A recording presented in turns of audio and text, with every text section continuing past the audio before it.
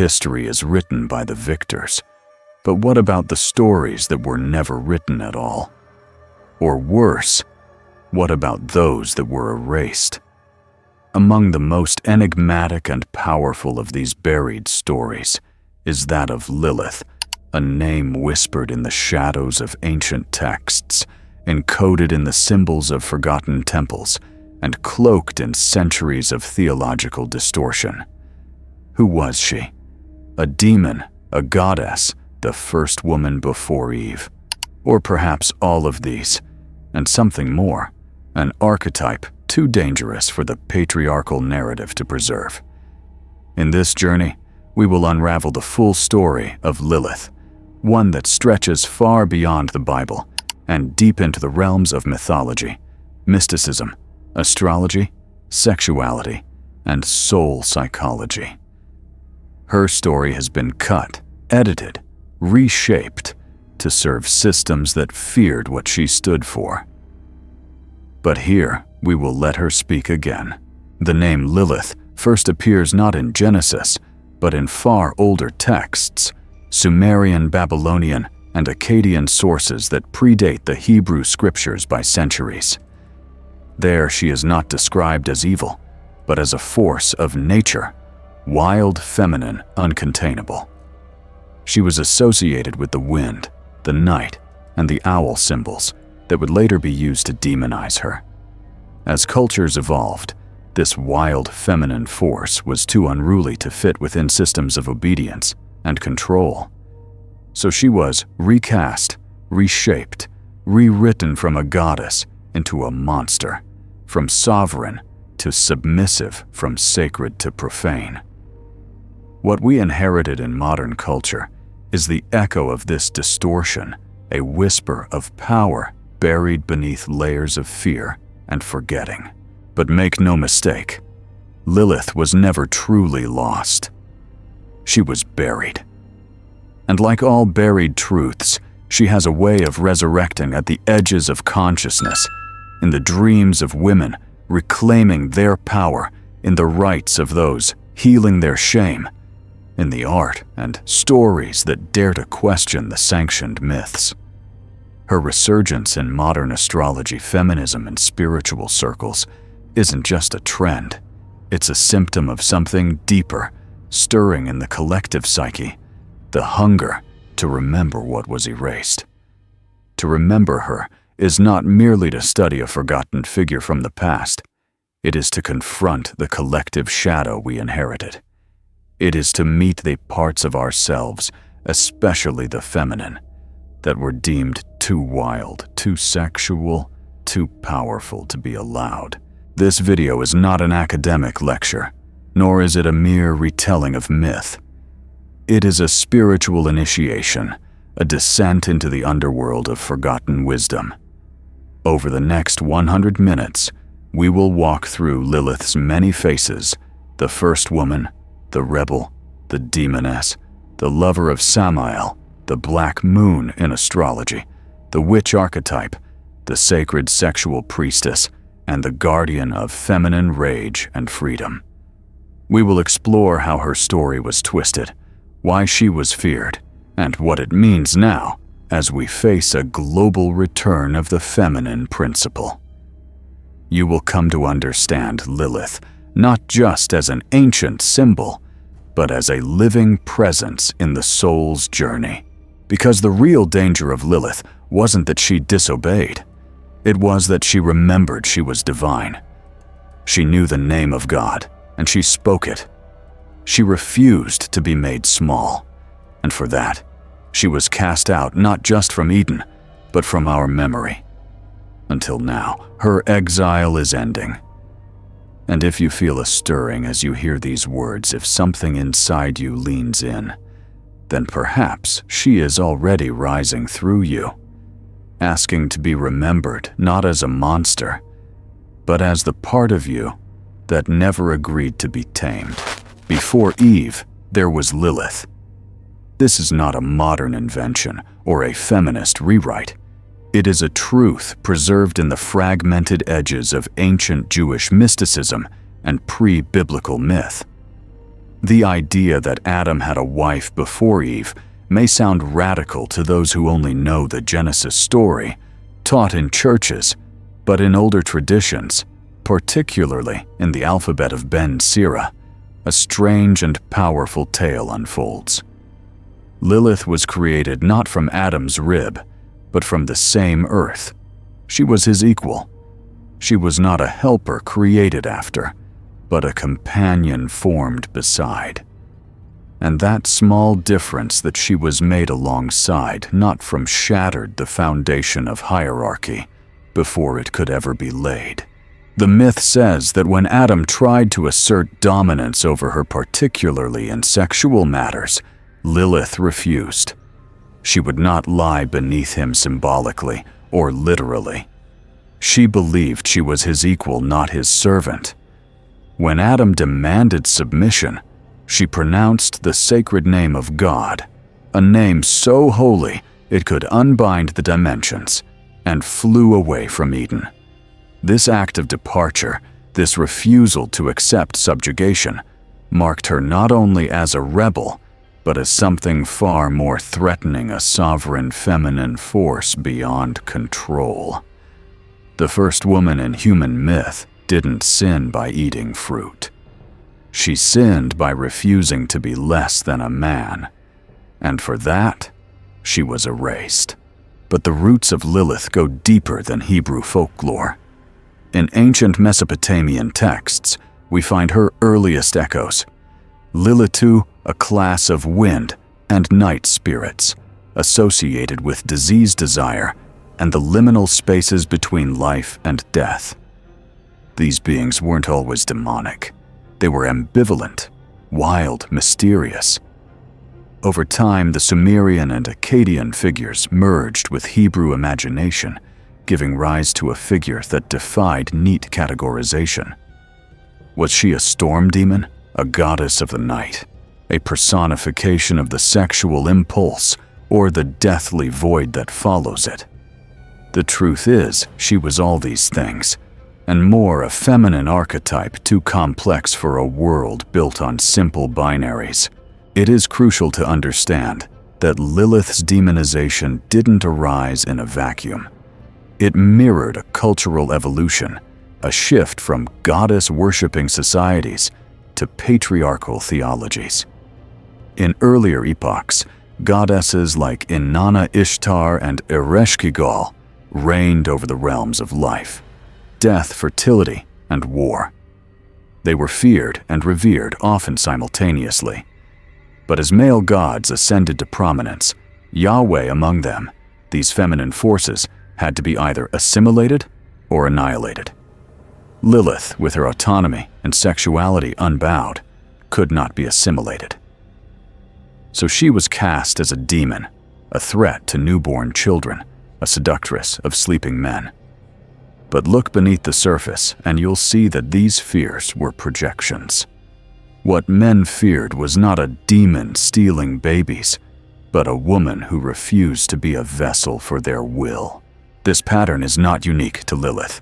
Across cultures, we find similar figures: Kali in India, who dances on the corpse of time; Medusa in Greece, whose gaze turns men to stone; Hecate, queen of witches and crossroads. These are not villains. They are keepers of threshold spaces of death and rebirth of blood and moon of silence and scream.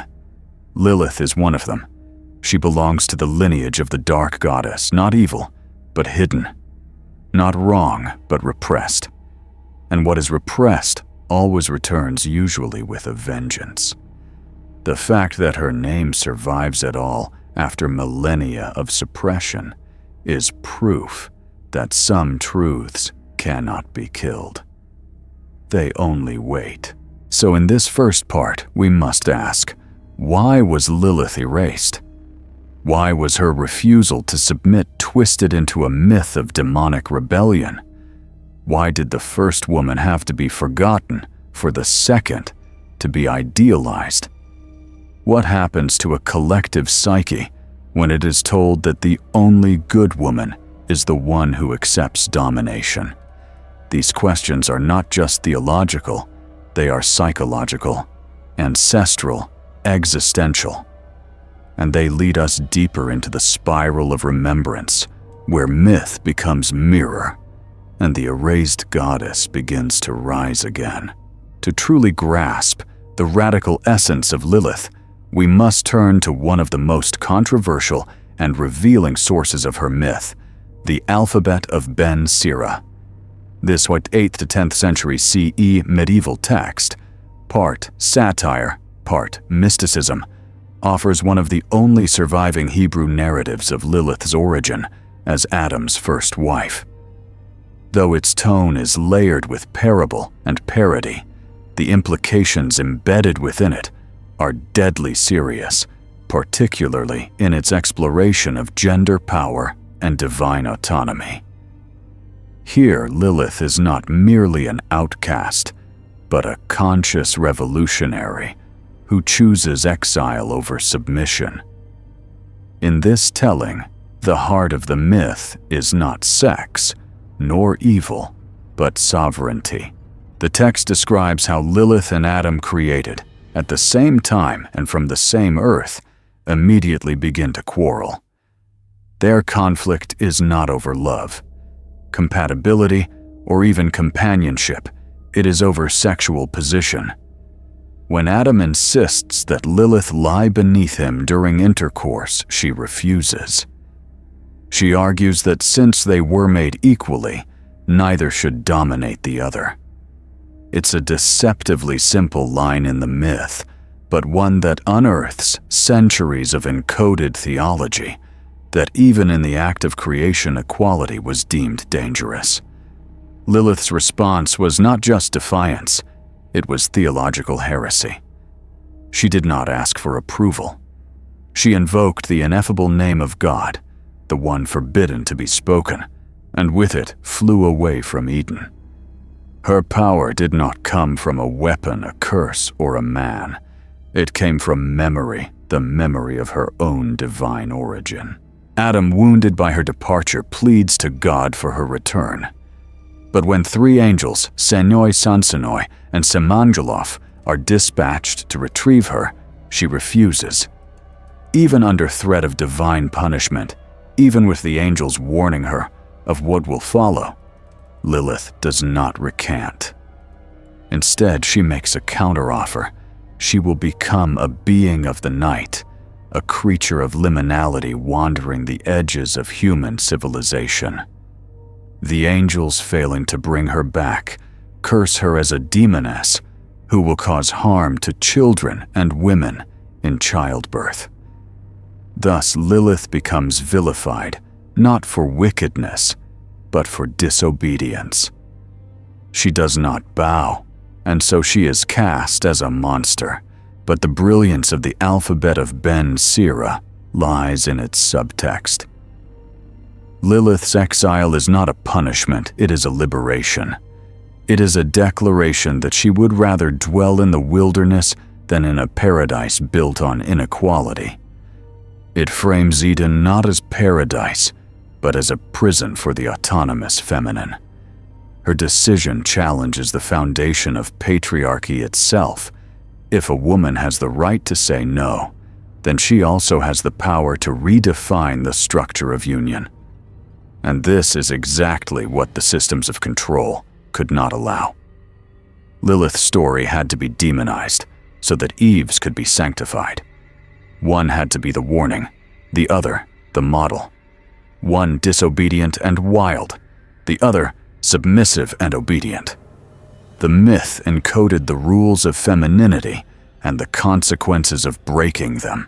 Over the centuries, Lilith's refusal has become a psychological template for feminine resistance. Though her name was demonized in lullabies and superstitions, her essence could not be fully eradicated.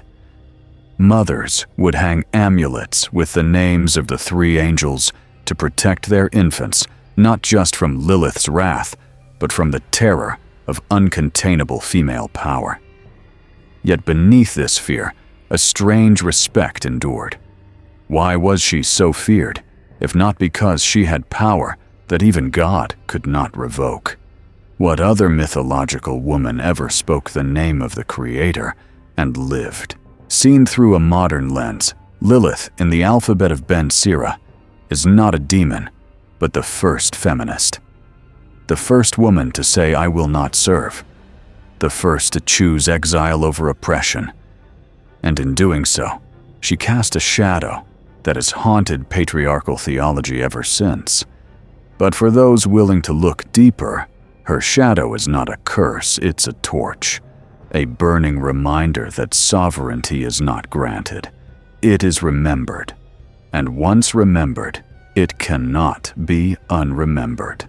What happens when a woman refuses to bow, not just to a man, but to the entire system that frames obedience as virtue? In the case of Lilith, the answer was swift and brutal. She was recast as a demon. Not metaphorically, but literally. The same woman who once stood as Adam's equal was transformed into a monstrous figure of fear. This transformation wasn't a natural evolution of myth. It was a deliberate weaponization of narrative. As societies shifted into patriarchal structures and monotheistic religions tightened their control, Lilith's story became a tool not to warn against spiritual error, but to terrify women into submission and silence. She didn't just become a cautionary tale. She became the scapegoat for every threat society projected onto female power. In Jewish folklore that followed, particularly in the Babylonian Talmud and various midrashic sources, Lilith evolved into a terrifying being who preyed on newborn infants, seduced men in their sleep, and birthed legions of demonic offspring. The once equal partner of Adam now became a succubus, a baby snatcher, a threat to the very continuation of the human family. Every symbol of the maternal was inverted. Instead of nurturing life, she now stole it. Instead of intimacy, she represented lustful danger. But if we view this shift symbolically, rather than literally, it becomes obvious what was really being demonized: female sexuality, autonomy, and maternal power, unmediated by male authority. One of the most disturbing elements of this demonization was the projection of infanticide.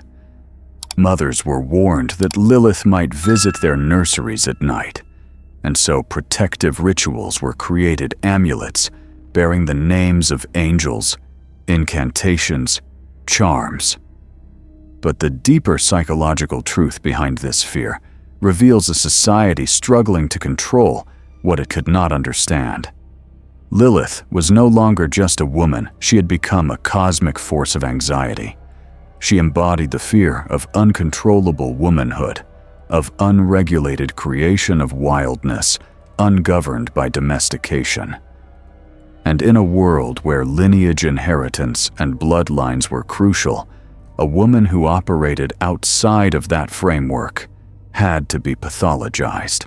This demonization was not unique to Lilith. It followed a larger pattern present across ancient cultures. Female deities that once ruled over fertility, death, and the mysteries of the night, such as Ereshkigal in Sumer Hecate in Greece or Sekhmet in Egypt, were either pushed to the margins or reinterpreted as monstrous. The dark, intuitive, blood-soaked aspects of womanhood that once held ritual significance were now threats to the rational solar order of patriarchal civilization. Lilith in many ways became the face of this threat. She was not domesticated like Hera, nor redeemed like Mary. She was untamed, and thus unacceptable. And yet, despite the layers of distortion, her myth endured. Like a splinter in the collective consciousness, Lilith refused to vanish. Even as she was turned into a nightmare, she continued to whisper through the cracks in the story. The fact that communities needed rituals to ward her off proves she remained alive in the imagination too dangerous to be forgotten, too powerful to be truly suppressed. She haunted not just cribs and beds, but the very psyche of a world that had denied its feminine roots. Lilith's exile was not just physical, it was metaphysical. She was exiled from doctrine, from history, and from acceptable female identity, but this exile also planted the seeds of return. Every time a woman was punished for being too sexual, too loud, too independent, the archetype of Lilith stirred. Every time desire was shamed, every time a girl was told to obey, without question, her myth echoed in the silence. In this way, the demonization of Lilith didn't destroy her, it ensured her resurrection. Because myths that live in fear also live in power. And sooner or later, the world begins to ask, what was so terrifying about her in the first place? What was buried so deeply that it had to be labeled evil? To understand the demonic recasting of Lilith is to understand the mechanism of control. It is to see how myth can be twisted into propaganda and how archetypes can be weaponized to shape behavior. But it is also to reclaim the sacred feminine from the ruins of slander. Lilith's so-called monstrosity is the mirror of patriarchal fear, nothing more and nothing less. When we stop believing the lie, we free not only her, but ourselves. While mainstream religion sought to exile Lilith into the margins, Jewish mysticism, particularly the Kabbalistic tradition, kept her alive in the shadows of sacred doctrine. The Zohar, one of Kabbalah's foundational texts, doesn't simply erase or vilify Lilith, it incorporates her, albeit darkly, into a complex esoteric cosmology. Here she is no longer merely a demon or an outcast. She is a powerful metaphysical force, an aspect of the feminine that resides on the fringes of the tree of life in the Qliphoth, or the tree of death. This symbolic placement is profound. It means that Lilith is not denied spiritual significance, she is recognized as spiritually potent, but banished to the realm of the unholy.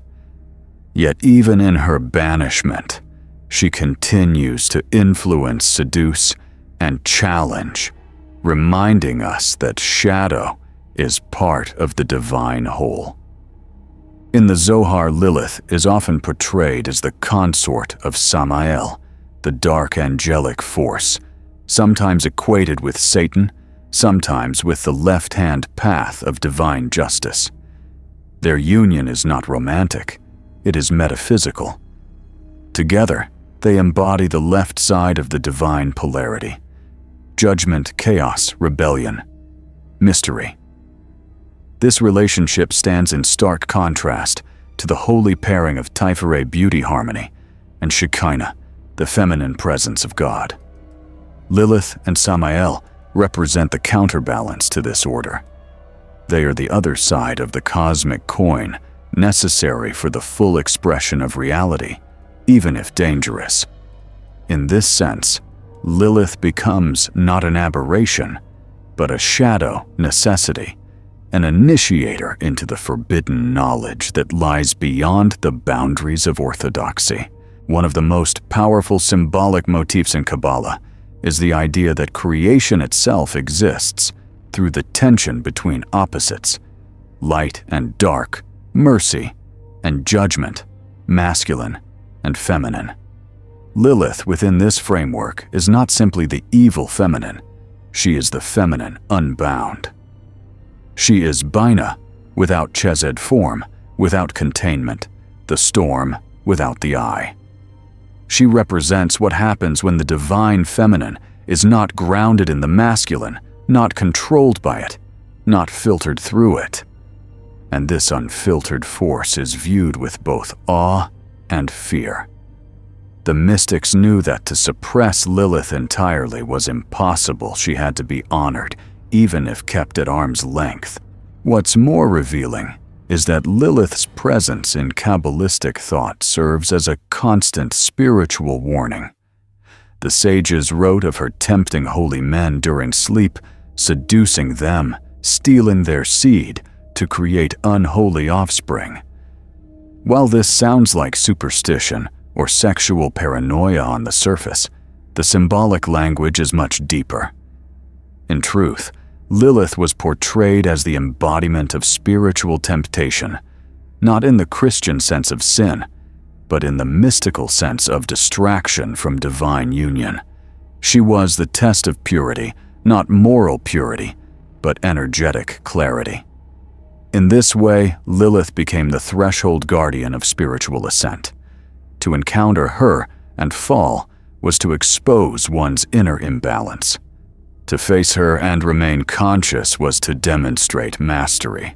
Thus, Lilith in Kabbalah is less about external evil and more about internal integration. She is the feminine shadow within every seeker, the part that must be acknowledged and understood, not repressed. Kabbalists taught that denying Lilith made her stronger. She thrived in the places we feared to look. She appeared in dreams, in erotic visions, in unspoken shame. And only through recognition, through spiritual discernment, could her energy be transmuted. She was both the warning and the invitation to descend into the underworld of the self, to face the raw, sensual, untamed parts of the soul. Ironically, while Lilith was cast as a demon in folklore, Kabbalah kept her alive in theology, not to glorify her, but because her presence was necessary. Every holy system requires a shadow. Every sacred text has an unspoken counterpart. The mystics, more than the moralists, understood this truth. In the unredeemed parts of reality in chaos, lust rage, blood wilderness Lilith reigns. She reigns not as a queen of evil, but as a queen of unacknowledged truth. Lilith in Jewish mysticism is not just a figure of fear, but a mystical gatekeeper. To pass through her domain is to confront the illusions of purity, to reclaim the feminine mysteries that lie beneath doctrine, and to stand face to face with a part of God that refuses to behave. Her inclusion in the Kabbalistic cosmology proves that even the holiest of traditions could not erase her entirely. They could only reframe her dark, seductive, exiled, but never powerless. In doing so, they inadvertently preserved her legacy as one of the most important spiritual forces we were never meant to know. To fully reclaim the power of Lilith, we must confront the taboo most deeply associated with her name sexuality. But not sexuality as modern culture distorts it, fragmented, commodified, stripped of soul. Lilith's sexuality was sacred. It was the raw, cosmic, orgasmic intelligence of life itself. She embodied the primal force that births stars, stirs the oceans, awakens the kundalini, and dissolves illusions. Her sexual power wasn't about seduction, it was about sovereignty. She didn't ask for permission to feel or to express. She simply was. And that is precisely what made her so dangerous to systems built on control, hierarchy, and fear. In older goddess cultures, sexuality was not divorced from the divine. In Nana Ishtar, Astarte Hathor, these goddesses embodied both eroticism and sacredness. Their rites often included sexual ritual, not as indulgence, but as communion with the mysteries of creation. The body was not a sin, but a portal. Pleasure was not shameful, but alchemical. Women who channeled this energy were priestesses, not whores. But when patriarchal monotheism rose to dominance, the sexual power of the feminine had to be severed from the holy. Lilith, who held that power in her being, became the perfect target. By turning her into a demonic figure of lust, the culture ensured that any woman who embodied similar traits would be feared, punished, or ostracized. But the irony is sharp. The very energy demonized in Lilith is the same energy that animates all life. Her refusal to submit sexually was not an act of rebellion, it was an act of remembrance. She remembered she was divine. She remembered her body was sacred. She remembered that her pleasure was not something to be owned or controlled by another. And this remembering threatened the entire structure of male spiritual authority. Because if a woman could claim her body as her own, if she didn't need a priest or a husband to mediate her connection to the divine, then she was no longer governable. She was free. Lilith, as the sacred sexual archetype, speaks directly to the part of every woman and man that has been shamed into forgetting the holiness of the erotic. Her myth reminds us that sexual energy is not just biological, it is spiritual. It is a gateway to ecstasy, yes, but also to truth, to vulnerability, to power. When unclaimed, it festers in the unconscious, manifesting as repression, projection, or dysfunction. But when honored and integrated, it becomes a wellspring of creativity, magnetism, and soul-deep intimacy. This is why Lilith continues to haunt and seduce. She carries the energy that civilization tried to bury, but could never extinguish. In Jungian terms, Lilith can be seen as the repressed anima, the feminine within the male psyche that has been demonized, feared, and cast out. In women, she often appears as the inner exile, the part that holds rage, desire, wildness, and unmet needs.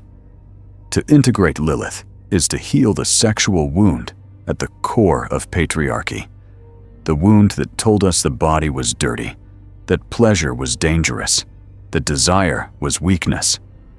Lilith calls us to reclaim these truths. She doesn't whisper sweet lies.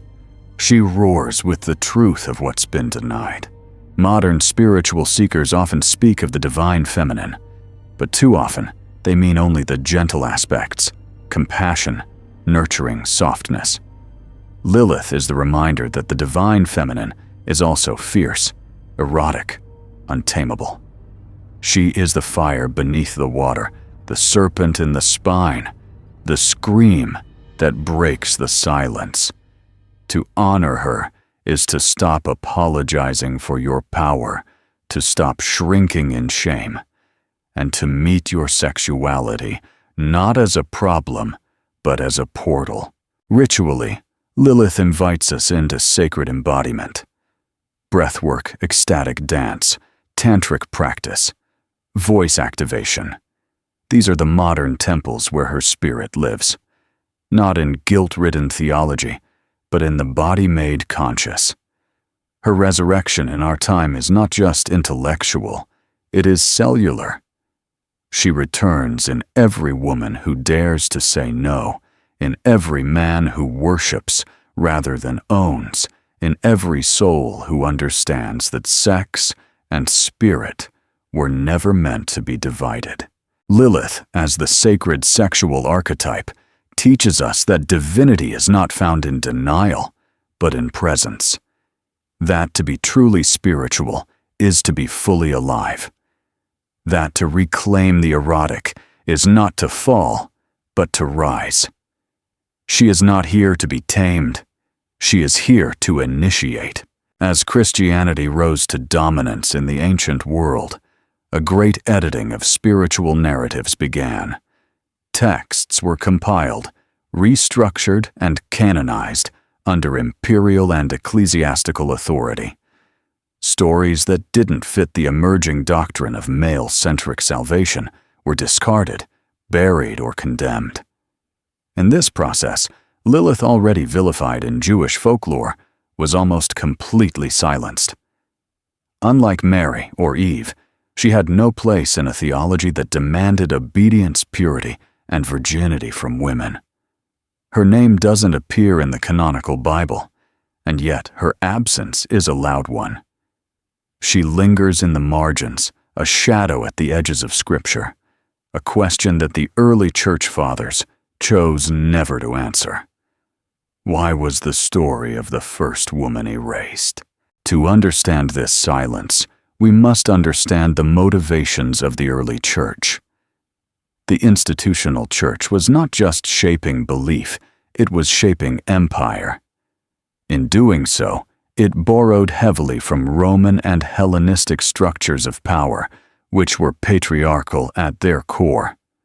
Women, already relegated to the private sphere, were spiritually confined as well. The Church Fathers, Tertullian, Augustine, Jerome, and others, wrote extensively on the dangers of female sexuality, on the necessity of submission, and on the inherent sinfulness of the feminine.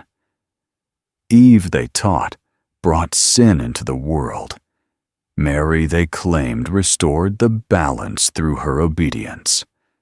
There was no room for a woman like Lilith, who neither submitted nor repented, and yet traces of her persisted not in doctrine, but in the undercurrent of Christian fear.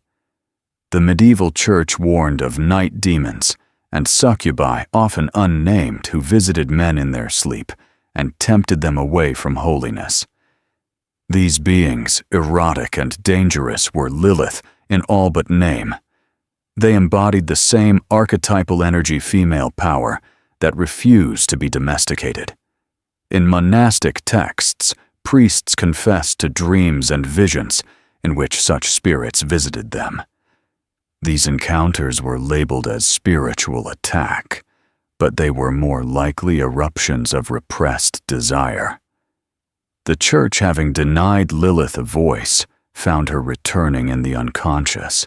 By eliminating Lilith from Scripture, the church also ensured that women had no spiritual template for sovereignty.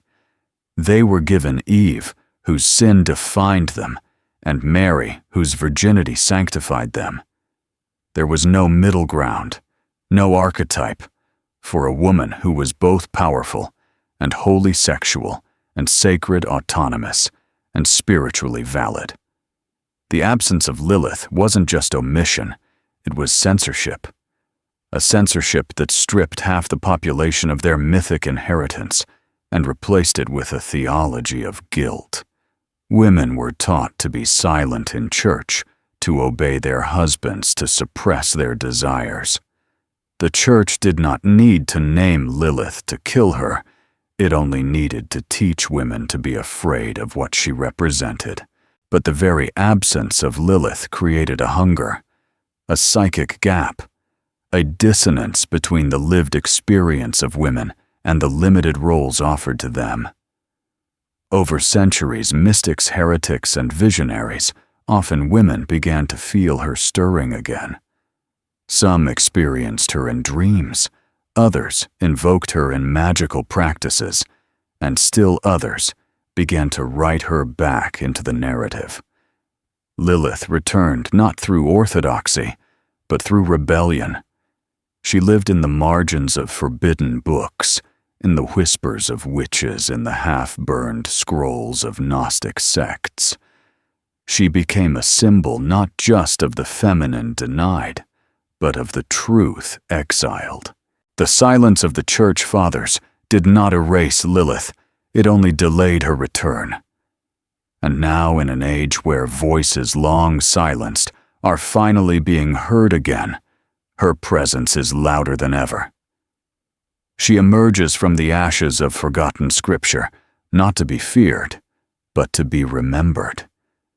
To challenge the theology of shame, to confront the doctrine of submission, and to offer a new kind of initiation, one that begins not with obedience, but with self-knowing. In silencing Lilith, the church silenced a part of every woman and every man. It denied the divine in its wild, sexual, untamable form. But silence cannot hold forever. And what was once cast out now returns, not as a demon, but as a teacher. A teacher who asks, not that we worship her, but that we reclaim the voice within us that never bowed. Beyond the myths of demons and exile, Lilith embodies something far more ancient, primal, and powerful, the archetype of the cosmic womb. She is the gateway through which life enters, and the threshold through which transformation occurs. Her domain is the hidden, the cyclical, the blood-soaked mystery of life and death entwined. In her original form before distortion, Lilith was not a monster of the night, but a guardian of the void, the sacred dark from which all existence is born. She ruled not over chaos for chaos's sake, but over the fertile darkness of potential, the inner space where dreams gestate and souls descend into matter. In ancient goddess traditions, the womb was not just a physical organ, it was the sacred seat of creation, the temple of becoming. Cultures like the Sumerians, Egyptians, and Minoans revered the womb not only as the origin of life, but as a spiritual portal. Lilith, deeply connected to these earlier lineages, can be seen as an extension of that reverence. Her refusal to be used sexually without consent was not merely personal, it was symbolic of the womb's agency. She was not a passive vessel. She was a cosmic threshold. Her power lay in saying yes or no, in choosing when and for whom the gates would open. But when patriarchal religion sought to control reproduction, inheritance, and lineage, the mysteries of the womb had to be redefined. No longer was it a temple, it was a tool, a function.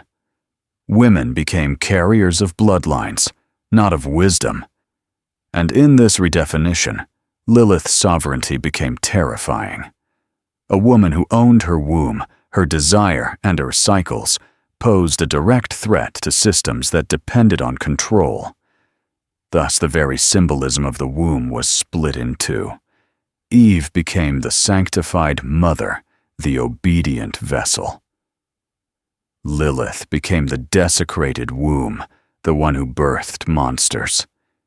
Yet it is clear that in both mythology and energy, Lilith is the womb's forgotten priestess. Her association with menstruation, childbirth, and miscarriage in Jewish folklore is no coincidence. These were once realms of sacred initiation, bloody rites of passage that connected women to the rhythms of the earth, the moon, and the soul's spiral descent into flesh. The fact that Lilith was said to threaten pregnant women and newborns was less about literal danger and more about symbolic fear. Patriarchy feared what it could not control: the timing of menstruation, the pain and ecstasy of birth, the death that sometimes accompanied life. By casting Lilith as a threat to these processes, the culture attempted to sever her from them. But in truth, she was their guardian. In a metaphysical sense, Lilith is also the womb of transformation. She represents the space we must enter to be reborn not through light, but through darkness.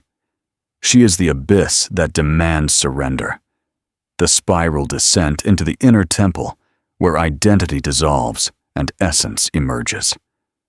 Shamans, mystics, and initiates throughout history have known this space. It is the cave, the tomb, the night sea journey. To enter it is to die to the false self and awaken to the true. Lilith doesn't guide you with a lantern, she strips you bare and leaves you to feel your own way through. But what she offers on the other side is not safety, it is sovereignty. There is a reason so many women report feeling a visceral reaction to Lilith. She speaks not to the rational mind, but to the body, the blood, the bones, the cells. She stirs ancestral memory. She reactivates codes buried beneath generations of shame and suppression. Her essence is not soft or sweet. It is fierce, primal, and unrelenting. But it is also healing. because what has been repressed must be met, and the womb denied its divinity must be reclaimed not just as a biological space, but as a cosmic one. To honor Lilith is to honor the dark womb of the universe, the place where form dissolves and life begins again. She is not here to comfort you. She is here to initiate you. She invites you to sit in the unknown, to bleed without apology to birth, without permission to remember that death and life are not enemies, but lovers, and that the spiral of creation does not begin in heaven, but in the deep, sacred dark. One of the most enduring and evocative symbols linked to Lilith is the moon, especially its shadowed, mysterious phases. The moon, with its cycles of waxing, waning, and darkness, has long been associated with the feminine principle, intuition, emotion, mystery, and transformation. Lilith, often called the dark moon or the black moon, embodies the lunar energy that is hidden, unacknowledged, and yet immensely powerful. Unlike the bright, nurturing mother archetype, often linked to the full moon, Lilith represents the dark, lunar void, the lunar shadow, where secrets, wildness, and the unknown reside. In many spiritual traditions, the dark moon phase is a time of rest, introspection, and death before rebirth. It is the night's deepest hour, when the moon disappears from the sky, leaving only darkness. This absence, rather than a loss, is a potent symbol of hidden power. Lilith's association with this phase reflects her role as the guardian of thresholds, the one who holds space for endings that lead to beginnings, for silence that births new voices. She is the lunar force that resists illumination, that refuses to be objectified or controlled by light. This makes her a paradoxical figure, both the absence and the potential, the void and the creative womb. The lunar symbolism also connects Lilith to the rhythms of the body, especially women's menstrual cycles. The approximate 28-day cycle of menstruation mirrors the moon's phases, linking the woman's body directly to cosmic time. In ancient times, this connection was celebrated and revered. Women's blood was seen as a sacred offering, a reflection of the moon's power. Lilith, as the lunar dark goddess, stands as the protector of this sacred blood and the mysteries it carries. But when patriarchal religion demonized menstruation and female sexuality, it also sought to sever this cosmic connection, turning the lunar feminine into a source of fear and shame. Lilith's dark moon becomes a symbol of the other, the part of womanhood cast out of the sacred. Astrologically, the concept of black moon Lilith refers to a mathematical point, a lunar apogee marking the moon's furthest distance from Earth. This point is interpreted as representing hidden, repressed, feminine energy, the primal raw parts of the psyche that resist domestication. Black moon Lilith in a natal chart reveals where a person's shadow feminine aspects lie, where desire and rage have been suppressed, where autonomy has been sacrificed for acceptance. This celestial symbolism echoes the mythic story of Lilith as the untamed woman who refuses to submit. It invites the seeker to explore their own relationship with power, sexuality, and freedom. But beyond astrology, the lunar symbolism of Lilith teaches a profound spiritual lesson. The light cannot exist without the dark. The moon's glow is not self-originated. It is a reflection of the sun's light, visible only because of the contrast with the night.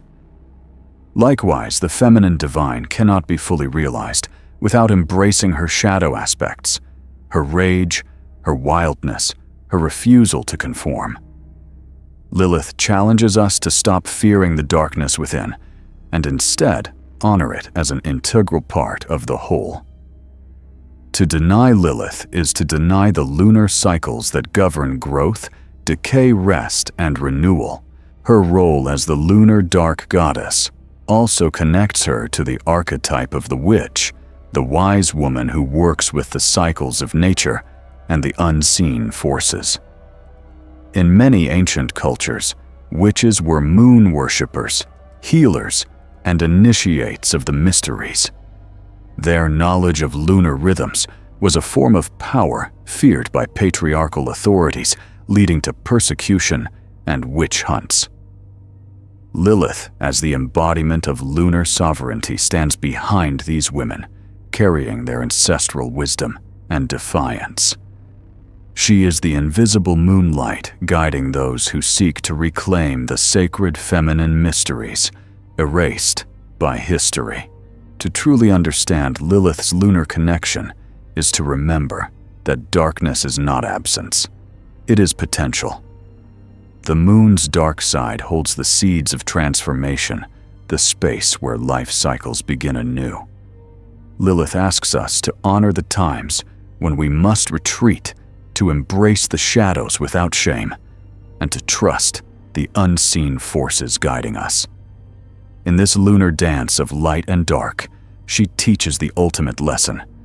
True power arises not from domination, but from balance, surrender, and the courage to walk through the night with open eyes.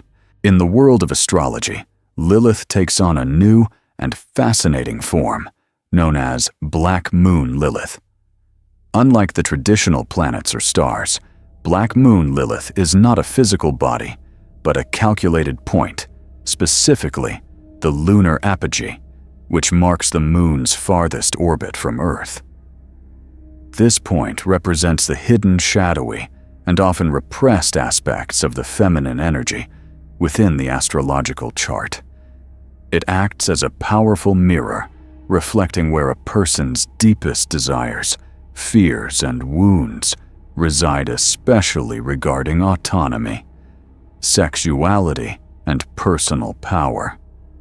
Understanding Black Moon Lilith is essential for those seeking a profound, spiritual, and psychological awakening. Astrologers view Black Moon Lilith as the expression of the wild feminine spirit that refuses to be tamed or controlled.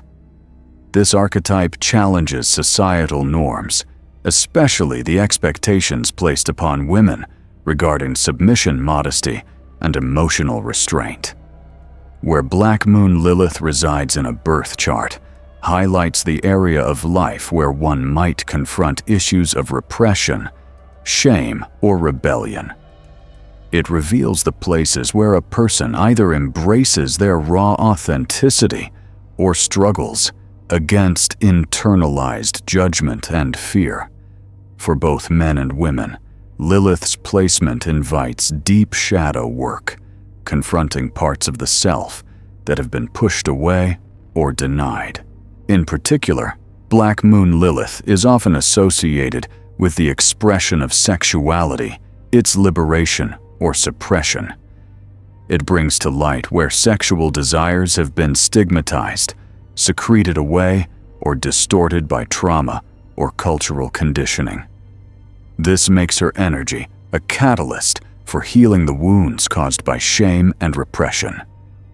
When integrated consciously, Lilith's energy becomes a source of profound personal empowerment, sensuality, and creative force.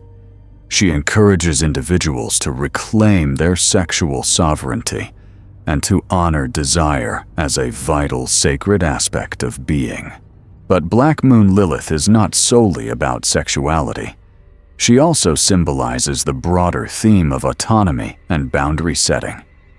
In relationships, Lilith teaches the importance of standing firm against domination and coercion, of saying no to exploitation, and of demanding respect for one's inner truth. This can lead to powerful transformations, but also to conflicts, especially when entrenched social or familial expectations clash with personal freedom. Lilith's energy is uncompromising. It does not seek to please or conform, but to embody authentic self-expression. The spiritual lesson of Black Moon Lilith is about integration, learning to accept and love the shadow feminine within ourselves rather than denying or fearing it. This includes embracing anger, grief, and rage as legitimate emotions, and recognizing that these feelings are often signals of boundaries being crossed or sovereignty being threatened.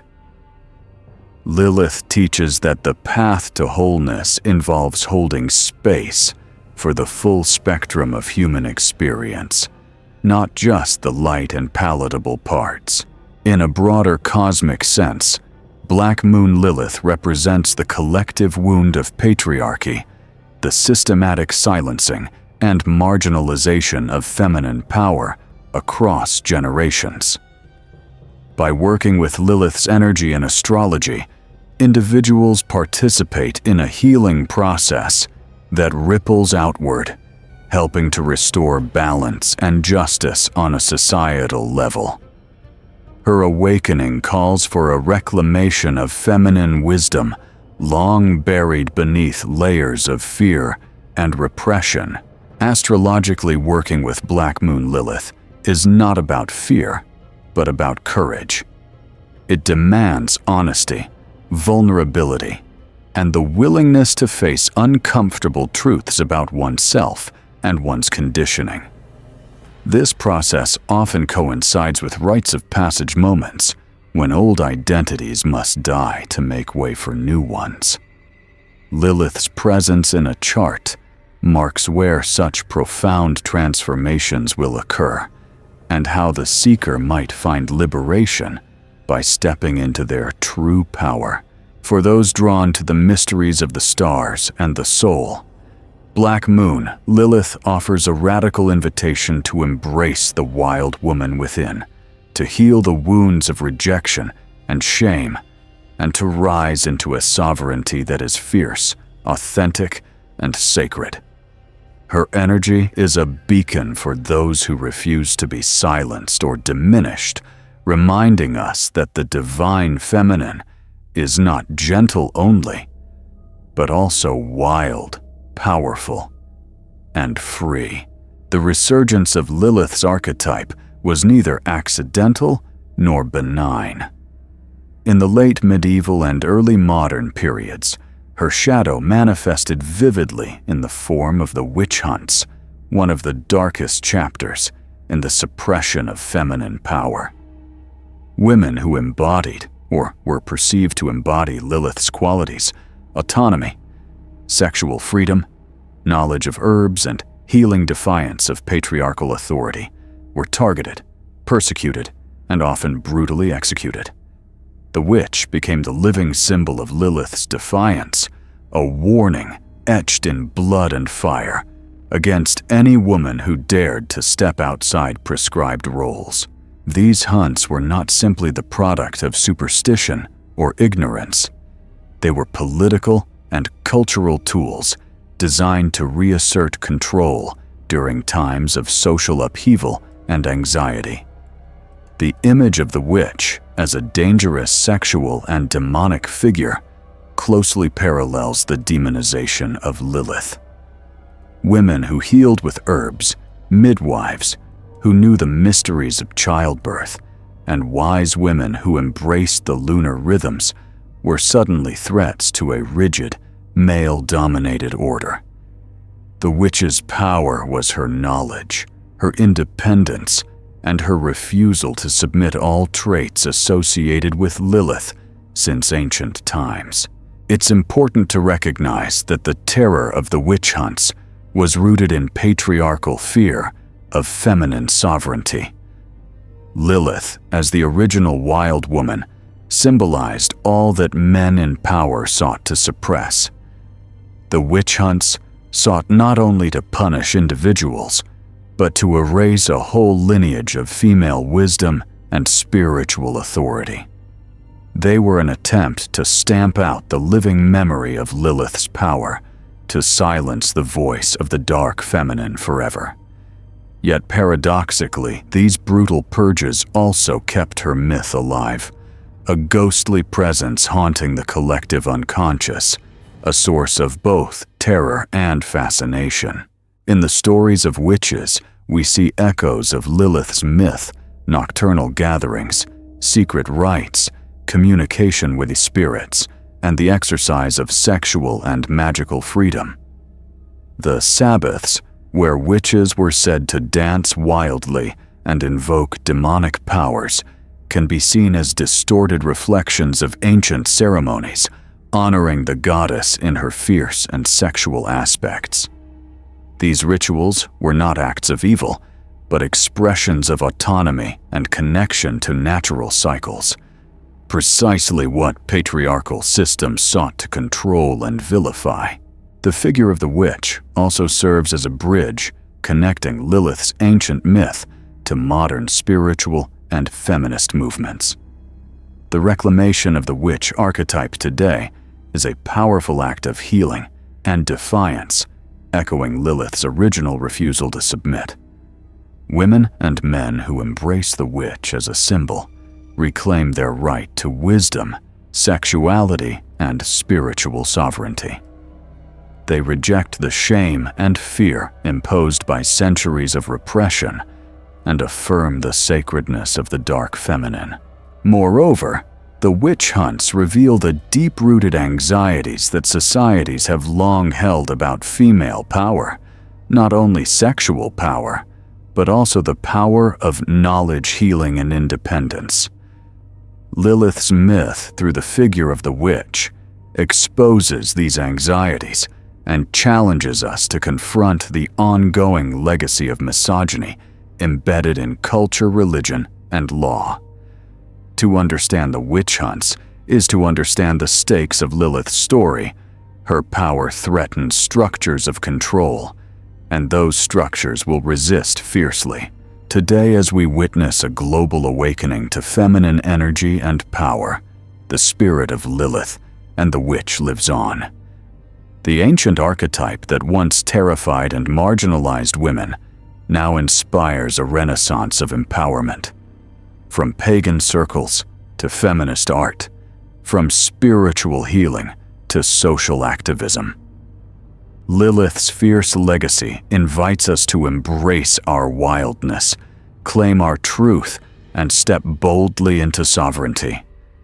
The flames that once sought to extinguish her now illuminate the path to freedom. In remembering Lilith through the lens of the witch hunts, we honor the countless women who suffered and resisted. We reclaim the sacred lineage of feminine wisdom and strength that patriarchy tried to destroy. And most importantly, we recognize that Lilith is not just a myth of the past. She is a living force, calling us to awaken, to rebel, and to be free. In the mystical world of Gnostic Christianity, Lilith's story takes on new and profound dimensions. Unlike the rigid orthodoxies that sought to silence or demonize the feminine, Gnosticism embraced the mystery of duality, the interplay of light and darkness, and the quest for hidden knowledge gnosis that leads to spiritual liberation.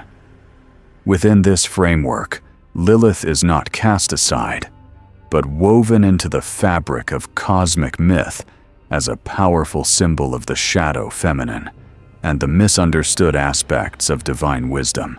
Gnostic texts often emphasize the feminine as a bearer of spiritual knowledge, a force intertwined with creation and salvation.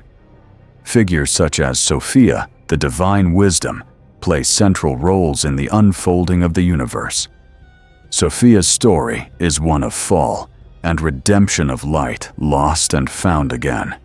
And this theme resonates deeply with Lilith's own narrative. Both are feminine forces whose autonomy and power challenge established orders, and both reveal the painful journey of exile and eventual return.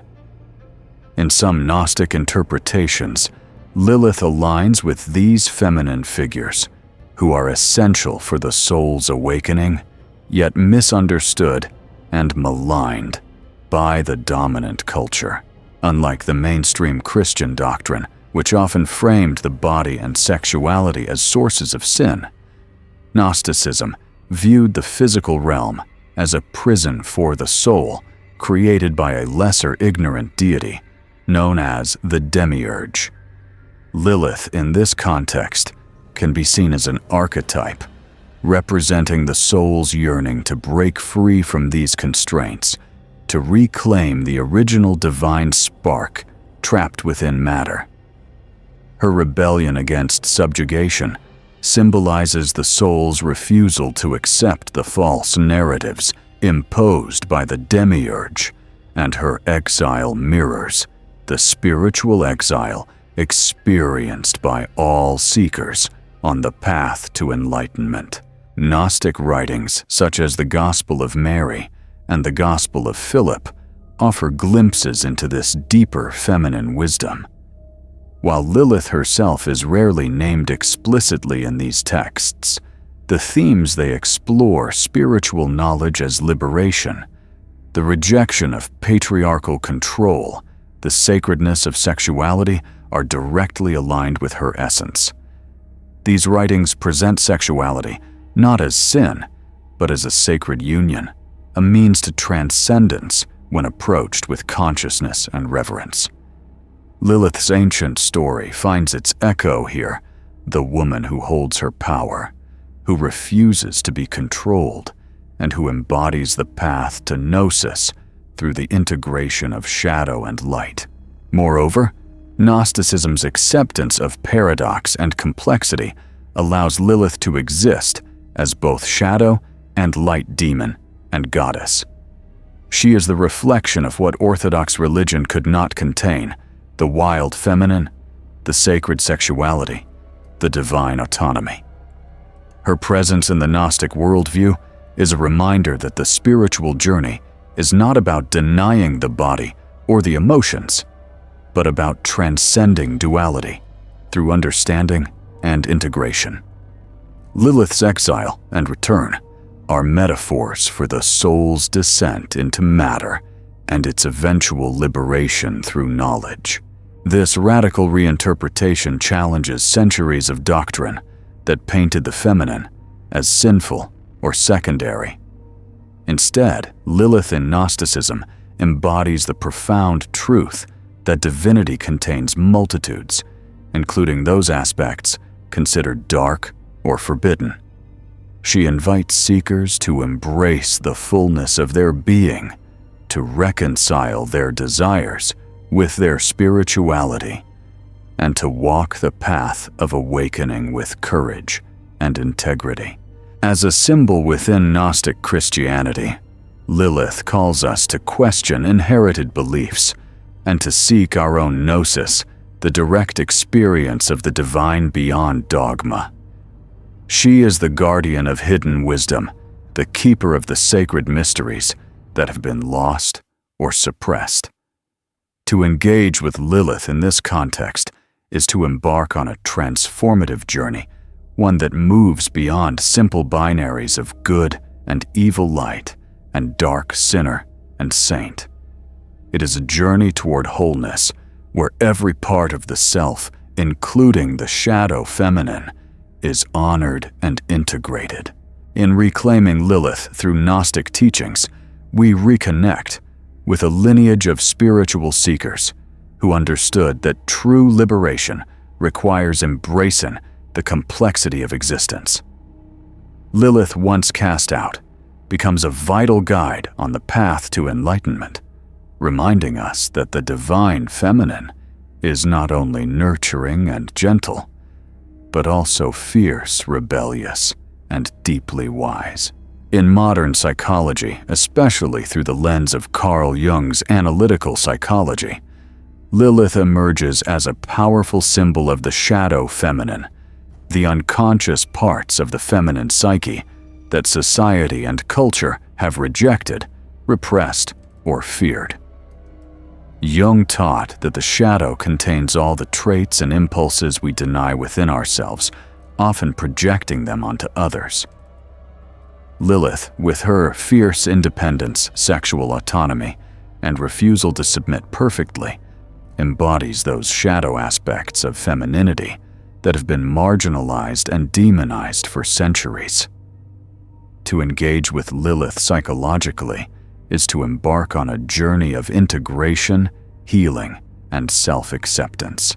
The shadow feminine includes qualities such as rage, desire, aggression, and primal instinct traits, often labeled as unfeminine or dangerous in patriarchal cultures.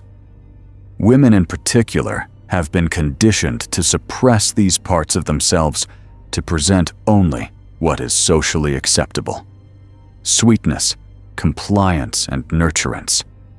Lilith represents the parts of the feminine self that refuse this suppression. She is the inner wild woman, the authentic voice that demands to be heard, the instinctual power that resists domestication. In men, too, Lilith symbolizes the anima shadow, the unconscious feminine energy that challenges their conscious identity and calls for balance. Jungian psychology emphasizes that shadow work, the process of recognizing, accepting, and integrating these disowned parts, is essential for psychological wholeness.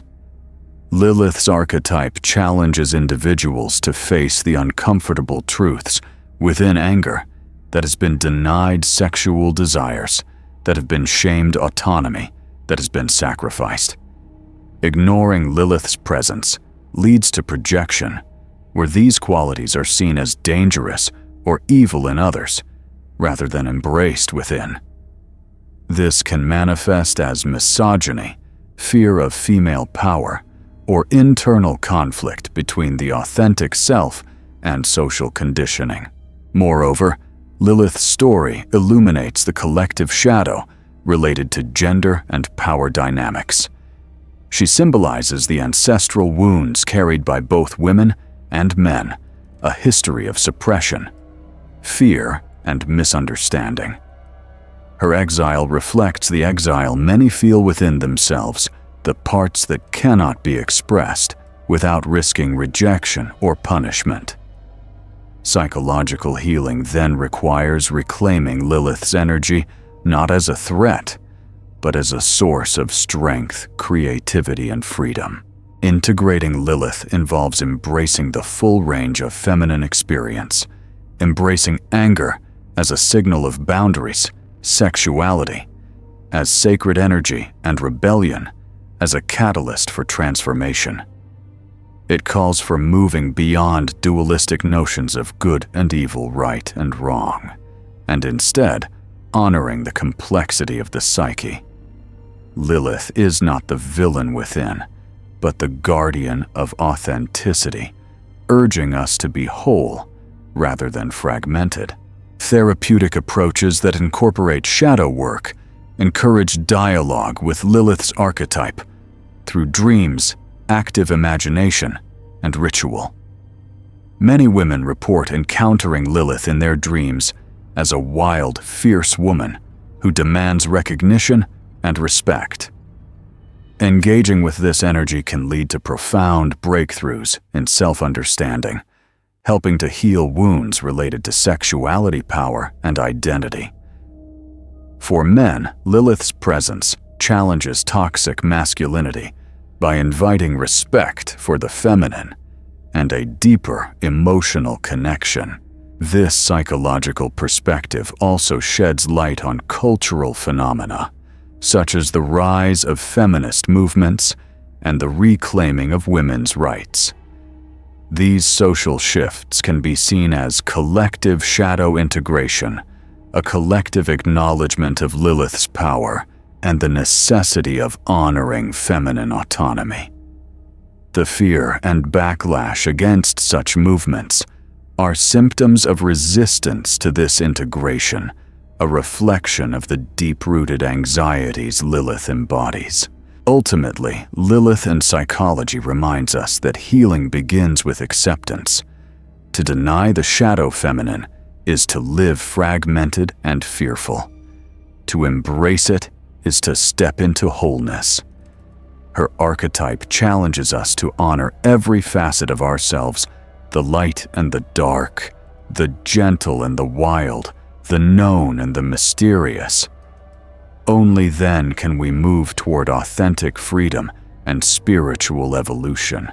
In this way, Lilith is not merely an ancient myth, but a living, breathing presence in our inner worlds, an invitation to reclaim power, restore balance, and awaken to the fullness of being.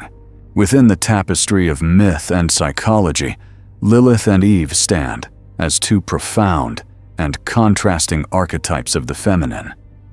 Their stories, often intertwined and yet sharply divided, reveal much about cultural constructions of womanhood power and submission. While Eve is traditionally portrayed as the obedient, nurturing, and good woman, made from Adam's rib and inherently linked to his authority, Lilith embodies the rebellious, autonomous, and wild woman who refuses subjugation. Together, they represent a deep duality that echoes through history, psychology, and spirituality, offering both division and the potential for integration. Eve's archetype has been exalted in Judeo-Christian traditions as the mother of all living, the symbol of fertility and the embodiment of obedience. She is the helper designed to support Adam, crafted to fit within the male-centered order. Her story centers around the fall, where her curiosity and disobedience introduce sin into the world, an event used to justify female subordination. Eve's identity is wrapped in concepts of innocence, lost redemption through submission, and the perpetuation of family and lineage. She is the idealized feminine form in many religious and cultural narratives, representing conformity to established roles. Lilith, on the other hand, challenges this narrative at its core. She is the first woman made from the same earth as Adam, standing as his equal and refusing to be controlled or diminished. Her departure from Eden is an act of self-assertion, a declaration that equality and autonomy cannot be sacrificed. While Eve's story teaches obedience as virtue, Lilith's story teaches sovereignty as essential. Lilith represents the shadow feminine that society has long feared, wild, sexual, angry, and free. She refuses to be a helper or a vessel, and instead claims her own identity and power. This archetypal split has profound implications beyond myth. It manifests in how societies and individuals perceive femininity, dividing it into good and bad, pure and wild, obedient and rebellious. Women are often pressured to embody the qualities of Eve to be accepted, while the traits Lilith represents are suppressed, feared, or punished. This division perpetuates internal conflict within women who may feel torn between societal expectations and their authentic desires for freedom and self-expression. In Jungian terms, Eve and Lilith symbolize different aspects of the anima, the feminine within both women and men. Eve is the socially acceptable anima, while Lilith is the shadow anima, carrying the repressed qualities that must be acknowledged and integrated for psychological wholeness. The tension between these archetypes invites us to transcend binary thinking and to embrace the complexity of the feminine spirit, which contains both nurturing and wildness, submission and rebellion. The division between Lilith and Eve also reflects broader cultural dynamics, including the control of female sexuality and autonomy. Eve's story has been used to justify women's subjugation and the policing of their bodies and desires. Lilith's story disrupts these narratives, by reclaiming female sexual agency and spiritual independence. This clash underlies much of the historical repression of women and the fear of feminine power. However, the path toward healing lies not in choosing one archetype over the other, but in integrating them. Both Lilith and Eve hold vital truths. Eve teaches connection, nurturing, and community, while Lilith teaches self-sovereignty, boundary setting, and freedom. When these energies are balanced within the individual and society, they create a dynamic whole, an empowered feminine that is both compassionate and fierce, obedient and wild, gentle and strong. Modern spiritual movements and feminist thought increasingly recognize this need for integration.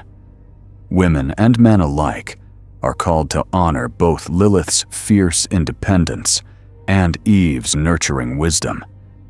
By doing so, they reclaim the fullness of the feminine divine and dismantle the simplistic limiting binaries that have kept the feminine fragmented and oppressed. Lilith and Eve, once cast as opposing forces, are in truth two sides of the same coin, each incomplete without the other. Their stories invite us to embrace the full spectrum of human experience and to cultivate a spirituality that honors both surrender and rebellion, love and rage, submission and sovereignty. Through this integration, the feminine principle can fully awaken, healing the wounds of the past and illuminating the path forward. Throughout history, feminine power has been both revered and feared, sometimes worshipped as sacred, but more often suppressed and demonized by patriarchal structures. Lilith's myth is a perfect case study of this dynamic. Her archetype represents a kind of power that is untamable, unpredictable, and deeply threatening to systems built on control and hierarchy. Patriarchy's response to such power was not dialogue or acceptance, but fear, distortion, and repression. Understanding this fear is key to unlocking the true meaning of Lilith's story and the broader struggles surrounding feminine authority. What exactly was so threatening about Lilith? At her core, Lilith symbolizes autonomy, sexual, spiritual, and political autonomy. She refuses to be owned or controlled, insists on equality, and asserts her own will unapologetically. In societies where male dominance is normative, such traits are seen as dangerous disruptions. Patriarchy relies on controlling female bodies and voices to maintain power. Lilith's defiance upends this order. Her refusal to submit or be silenced challenges the very foundation of patriarchal rule. Thus, the fear she inspires is not about her as an individual, but about what she represents: the potential for women, and by extension, humanity, to reclaim sovereignty. This fear is historically manifested in myths that portray Lilith as a demon, a seductress, a threat to children and families. These stories function as cultural mechanisms to warn and control women's behavior, associating feminine independence with chaos and danger. But beneath these narratives lies the deeper anxiety of losing control over lineage, sexuality, and social order.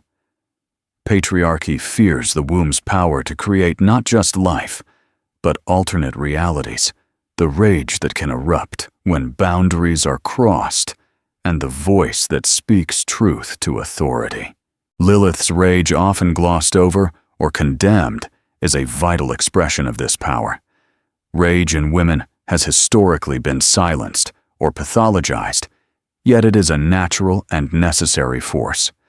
It signals boundaries, injustice, and the refusal to accept oppression. Lilith embodies this rage, not as destructive for destruction's sake, but as a catalyst for transformation and liberation.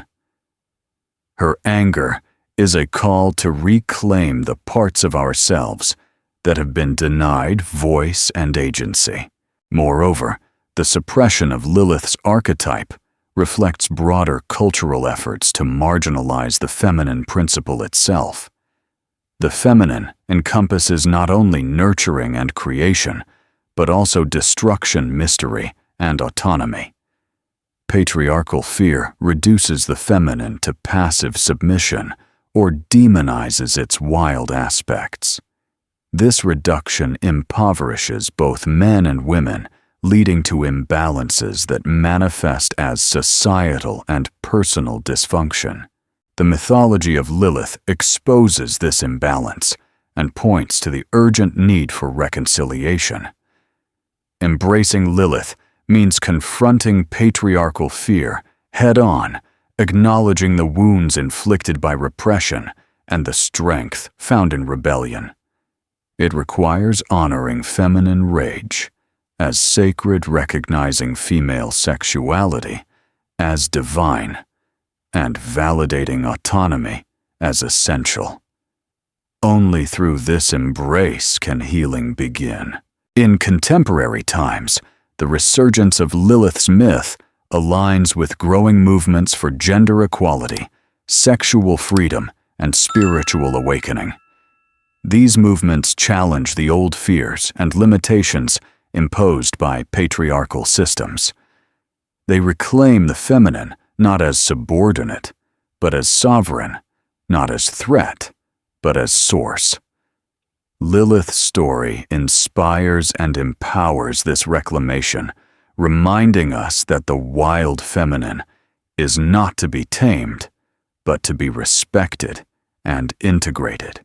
Ultimately, the fear of Lilith is a mirror reflecting the broader fear of feminine power within ourselves and society.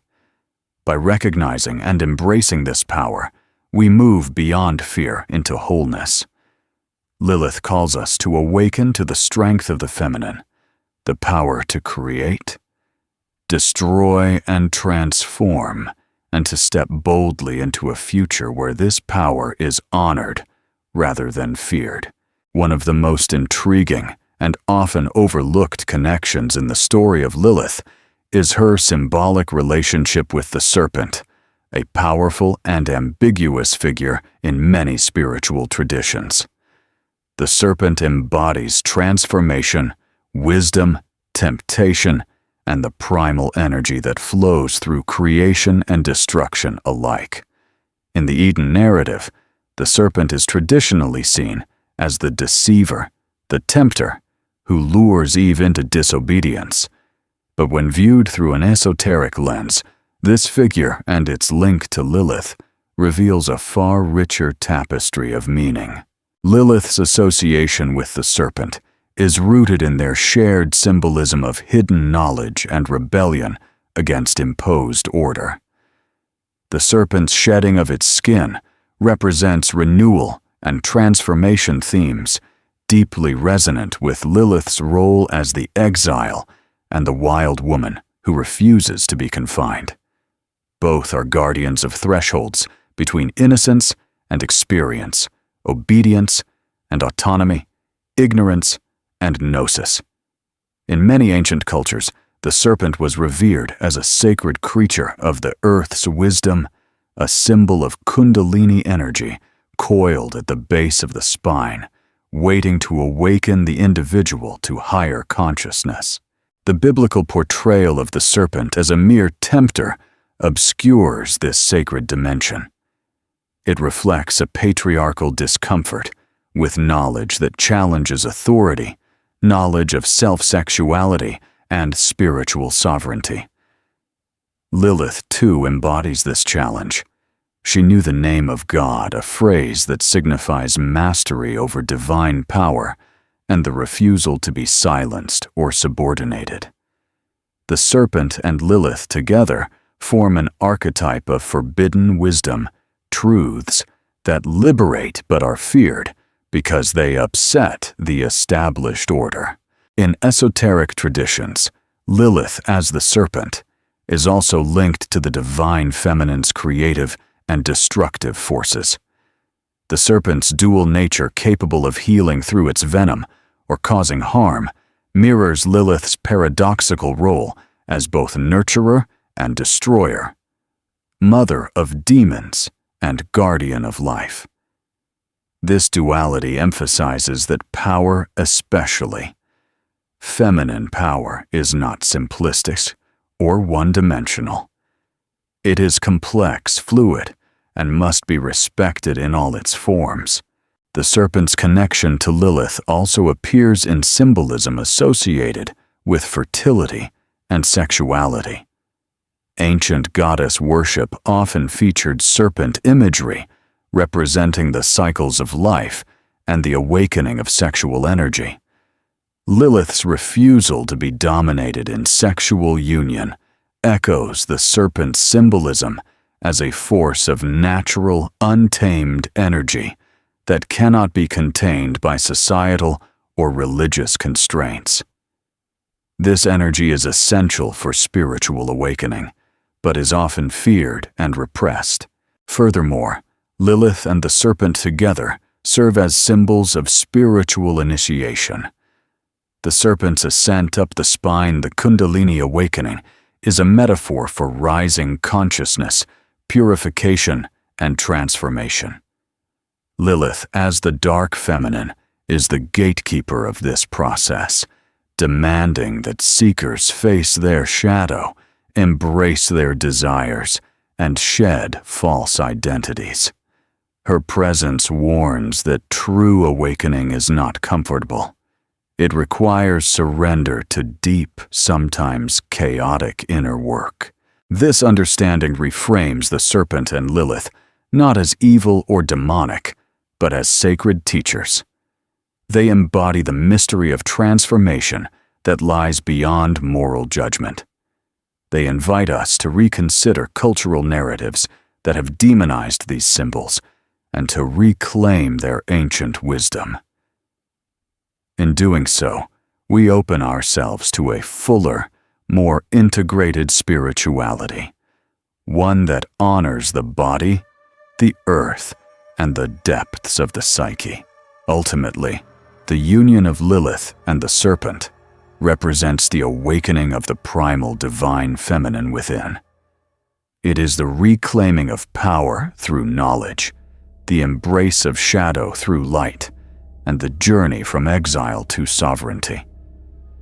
By facing the serpent and Lilith within, we confront the parts of ourselves that have been hidden or denied, and in that confrontation, we find liberation.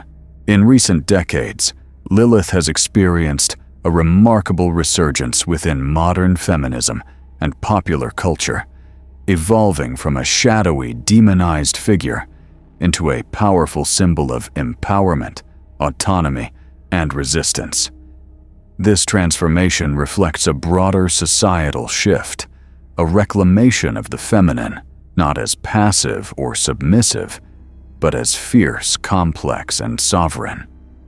Lilith's reemergence signals a deep cultural yearning to heal the wounds of patriarchy and to embrace the multifaceted nature of femininity in all its dimensions. Modern feminism has embraced Lilith as a potent archetype for liberation and self-determination. She represents the refusal to conform to restrictive gender roles, the assertion of sexual freedom, and the courage to claim one's voice and power. Lilith's myth, with its themes of rebellion and exile, resonates strongly with women who challenge societal expectations and fight for equality and justice. Her image has become a rallying point in feminist art, literature, and activism, celebrated in poetry, music, and visual culture as a symbol of resistance and unyielding strength. The popular music festival Lilith Fair, founded in the 1990s by Sarah McLachlan, exemplifies how Lilith's archetype has been embraced as a beacon for women's artistic and cultural expression. The festival showcased female musicians and celebrated female creativity and solidarity. Here, Lilith was not a demon, but an emblem of feminine power, transformation, and community. This public reclamation underscores how Lilith's story has been rewritten not to frighten, but to inspire. In literature and media, Lilith frequently appears as a complex character, sometimes as an anti-heroine, other times as a mystical force of nature. These portrayals challenge simplistic notions of good and evil, inviting audiences to explore themes of autonomy, sexuality, and moral ambiguity. From novels to television series, Lilith's narrative continues to evolve, reflecting contemporary struggles with identity freedom and the legacy of repression. Furthermore, Lilith's rise in spiritual and New Age circles reflects a collective spiritual awakening to the divine feminine in its fullest form. Here, she is revered not only as a goddess of independence, but also as a guide through shadow work and healing. Her energy is invoked in rituals that honor feminine rage, sexuality, and sovereignty practices that seek to restore balance in a world still shaped by patriarchal values. Lilith becomes a teacher of self-love and radical authenticity, encouraging individuals to embrace all parts of themselves without shame. However, this resurgence is not without controversy. Some critics argue that Lilith's image as a rebellious and sexual figure can be misunderstood or co-opted, leading to superficial or commercialized interpretations of her myth. Others caution against romanticizing rebellion without addressing the deeper systemic issues that perpetuate inequality. Nonetheless, the ongoing dialogue surrounding Lilith's place in feminism and culture highlights the dynamic nature of her archetype, one that invites critical engagement, personal exploration, and collective healing. Lilith's modern symbolism also intersects with movements advocating for sexual liberation, body positivity, and gender diversity. Her story challenges binary conceptions of gender and encourages the celebration of fluidity, complexity, and multiplicity in identity. In this way, Lilith transcends traditional categories, becoming a figure of empowerment for people across gender spectrums who seek freedom from restrictive norms. Ultimately, Lilith's return in modern feminism and culture is a testament to the enduring power of myth to shape and reflect human experience. Her journey from demonized exile to empowered goddess mirrors society's evolving relationship with femininity, power, and justice. Lilith invites us all to reclaim the wild, authentic parts of ourselves, to live boldly, love fiercely, and resist oppression in all its forms. In embracing Lilith today, we participate in a centuries-old movement to restore balance, honor the sacred feminine, and awaken to a fuller, more liberated human experience.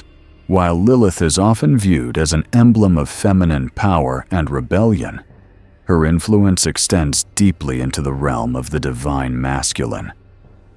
The relationship between Lilith and masculine energy is complex and transformative, inviting a redefinition of what masculinity means in the context of spiritual growth and healing.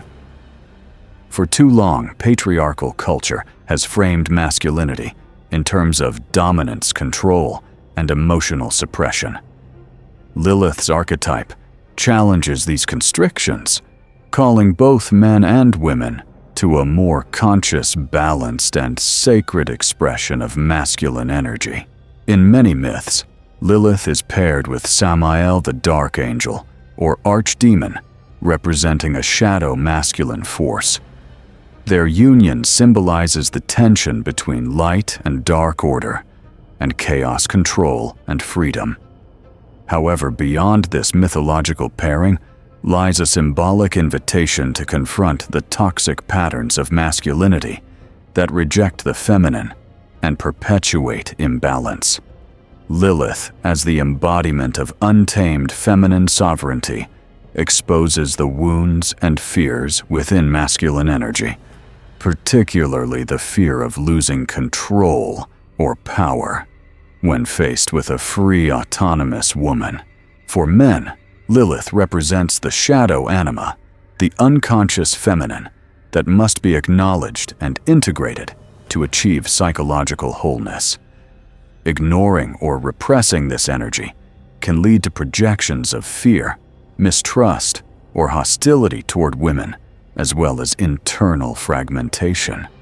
Lilith's energy challenges men to move beyond outdated paradigms of masculinity, rooted in domination and emotional denial, urging them to embrace vulnerability, empathy, and partnership. Moreover, Lilith's call for sovereignty is not antagonistic, but complementary to a healthy divine masculine. True masculine strength arises not from control or conquest, but from respect, protection, and the willingness to engage in honest self-exploration. Lilith invites men to reclaim their own power through integration, balancing the warrior with the lover, the protector with the nurturer, the mind with the heart. This dynamic is essential in the evolving spiritual landscape, where the wounded masculine seeks healing as urgently as the wounded feminine. Lilith's presence acts as a catalyst for this healing by reflecting what must be faced: shadow patterns of domination, entitlement, and emotional suppression that harm both genders. In doing so, she offers a path towards sacred union, not as hierarchical subjugation, but as energetic balance and mutual respect. In contemporary culture, this dialogue between Lilith and the divine masculine manifests in movements encouraging men to redefine masculinity consciously. Practices such as men's circles, emotional intelligence workshops, and spiritual mentorship increasingly emphasize the importance of integrating feminine energy. Lilith's archetype becomes a mirror, reflecting the necessity for men to embrace the full spectrum of their humanity, to evolve spiritually and relationally. This redefinition has profound implications for relationships, communities, and societal structures. When masculine and feminine energies coexist in balance, oppression diminishes and new forms of collaboration and creativity emerge. Lilith's energy challenges the masculine not to fear the feminine, but to honor and support it, fostering a world where sovereignty is shared rather than seized. Ultimately, Lilith's influence on the divine masculine reminds us that healing is not a gendered process, but a human one. It requires courage to face inner shadows, humility to embrace vulnerability, and wisdom to cultivate authentic power. By engaging with Lilith's archetype, men and women alike can participate in a collective awakening, a movement toward wholeness, where masculine and feminine energies dance in harmony, shaping a more just and compassionate future. Lilith stands as both challenge and guide, inviting the divine masculine to step beyond fear and into a new paradigm of sacred partnership. Lilith's role as a guardian of the threshold is a profound aspect of her archetype that transcends her mythological narrative and invites deeper spiritual reflection. In many mystical traditions, the threshold is the liminal space between worlds, the point of transition where one crosses from the known into the unknown, from life into death, from ignorance into knowledge. Lilith embodies this sacred threshold, standing as the gatekeeper who challenges those who seek passage to truly confront themselves and the mysteries they carry within. This threshold is not merely physical, it is deeply psychological and spiritual. To meet Lilith at the gate is to encounter one's shadow, the parts of the self that have been denied, repressed, or feared. She tests the seeker's readiness to face truths that disrupt comfortable illusions, to embrace the wild and untamable aspects of existence. This confrontation can be terrifying, for it demands courage and honesty. Those who pass Lilith's test do not do so lightly. They emerge transformed, having shed false identities and gained a clearer vision of their own sovereignty. In ancient initiation rites, initiates often faced symbolic death and rebirth, a passage through darkness that mirrors Lilith's domain. She represents the descent into the underworld, the night sea journey, where the ego dissolves and the soul encounters both its depths and its light. In this way, Lilith is less an adversary and more a guide, albeit a fierce one who holds space for transformation. She embodies the pain and power of liminality, the place where endings become beginnings. Her role as guardian also connects to her association with sexuality and boundaries. She demands that those who approach her respect their own limits and the limits of others.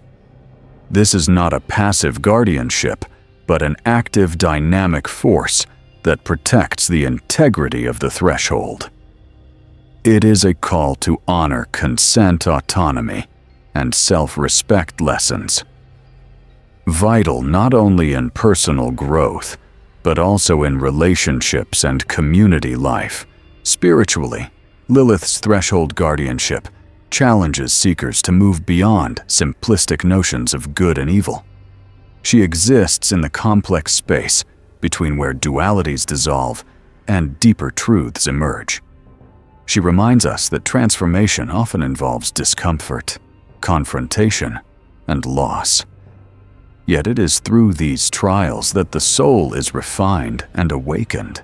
In modern spiritual practice, Lilith's energy as threshold guardian invites ritual and reflection.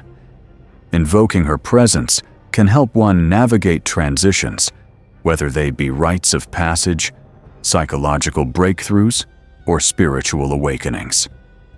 She stands at the border between the familiar and the mysterious, encouraging a surrender to the unknown that is both terrifying and liberating. This archetypal role also speaks to contemporary themes of empowerment.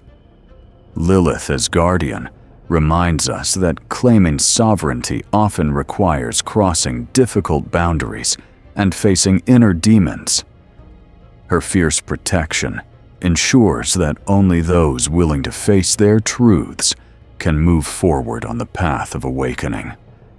In this way, she is both gatekeeper and midwife to new life.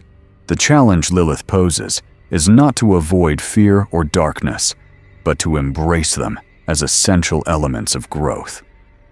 She teaches that the threshold is not a place of despair, but of potent possibility, where the old self dies and the new self is born.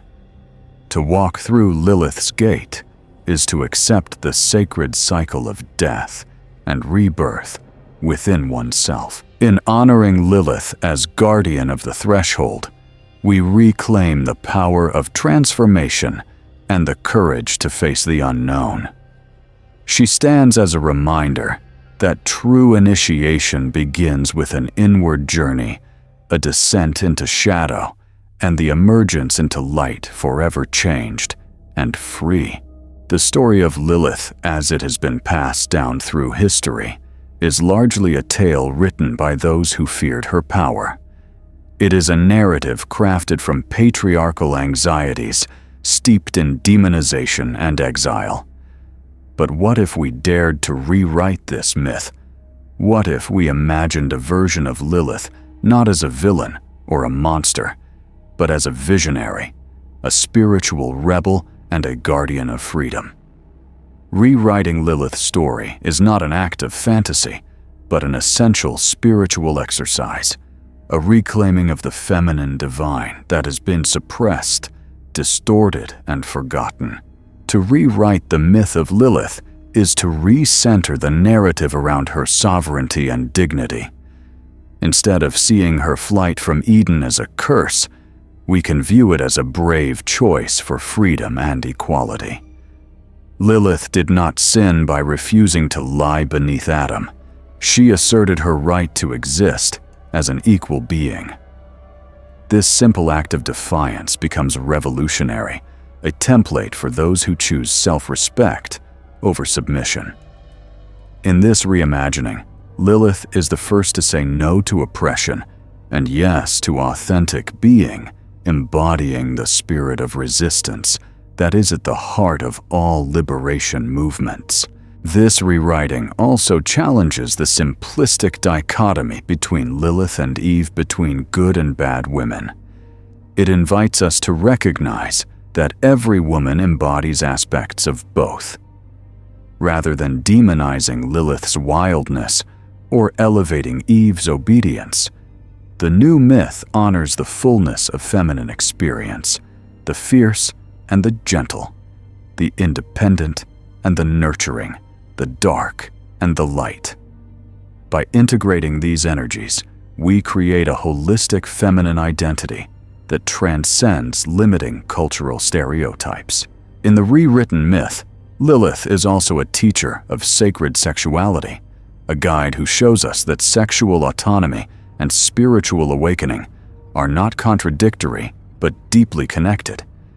She is a priestess of the body's wisdom, encouraging us to reclaim our sensuality from shame and fear. This reframing is critical in healing the wounds inflicted by centuries of sexual repression and moral judgment. Lilith's sexuality becomes a source of empowerment, creativity, and transformation, rather than a mark of sin or danger. Furthermore, rewriting Lilith's myth includes honoring her role as a protector of boundaries and consent. Her refusal to be dominated is a powerful statement about the necessity of autonomy in all relationships. She teaches that true intimacy requires respect, equality, and the freedom to say no. This lesson is particularly urgent in contemporary discussions about consent, gender dynamics, and personal sovereignty. Lilith's story, when retold with these values, becomes a beacon for healthy, empowered relationships. The act of rewriting also extends beyond the individual to collective healing. Lilith's exile is not just a personal story, but a metaphor for the cultural and spiritual exile of the feminine principle. Restoring her narrative is part of a broader movement to heal the wounds of patriarchy, to reintegrate the feminine into our spiritual and social systems. It calls for rewriting history, religion, and culture to include voices that have been marginalized or silenced. Creative expression plays a vital role in this process. Artists, writers, musicians, and spiritual practitioners are reclaiming Lilith through their work, offering new interpretations that honor her complexity and power. These modern myths invite us to see Lilith not as a relic of the past, but as a living presence that continues to inspire resistance, transformation, and liberation. Rewriting the myth of Lilith is an act of reclaiming truth and restoring balance. It challenges us to question inherited narratives, to embrace complexity over simplicity, and to honor the wild, untamable aspects of ourselves and the world. In doing so, we participate in a profound spiritual revolution, one that honors freedom, sovereignty, and the sacred feminine in all her forms. Lilith's story, once twisted to control, becomes a story that frees.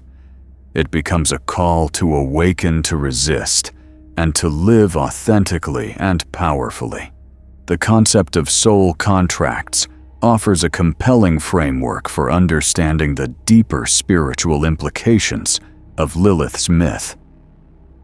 Soul contracts are believed to be agreements made before incarnation that set the blueprint for one's life path, challenges relationships, and growth opportunities. Within this esoteric context, the Lilith wound can be seen as a profound contract rooted in the themes of rejection, autonomy, and the struggle for sovereignty. Exploring this dimension adds a vital layer to Lilith's story, revealing why her energy resonates so deeply within those who feel the pain of exile and the call for liberation. The Lilith wound often manifests as a deep unconscious pain related to feeling abandoned, misunderstood, or punished for claiming one's power. This wound might emerge through patterns of trauma, especially related to sexuality, autonomy, or relationships. People carrying this wound may experience feelings of shame, anger, or isolation that seem disproportionate to their circumstances. Yet these feelings have roots in soul-level agreements designed to catalyze healing and growth. The contract is not punishment, but a sacred challenge, an invitation to reclaim lost parts of the self and transform pain into power. Soul contracts involving Lilith's archetype often include experiences where boundaries were violated or denied, where autonomy was suppressed, and where the individual was forced into submission. These contracts can be viewed as necessary for awakening. They push the soul into confrontation with shadow aspects and false identities. The intense emotions and struggles associated with the Lilith wound serve as catalysts for profound inner work, leading to eventual healing, self-acceptance, and sovereignty. Moreover, Lilith's myth as the first woman who refused to submit reflects a soul-level agreement to embody rebellion and autonomy, to challenge established norms and ignite transformation. Souls who resonate with Lilith's energy often incarnate to disrupt oppressive systems, to heal ancestral wounds, and to embody a new paradigm of feminine power. This journey, while arduous, is essential for the collective evolution of consciousness toward greater balance and freedom. Understanding the Lilith wound through the lens of soul contracts also highlights the importance of forgiveness and integration.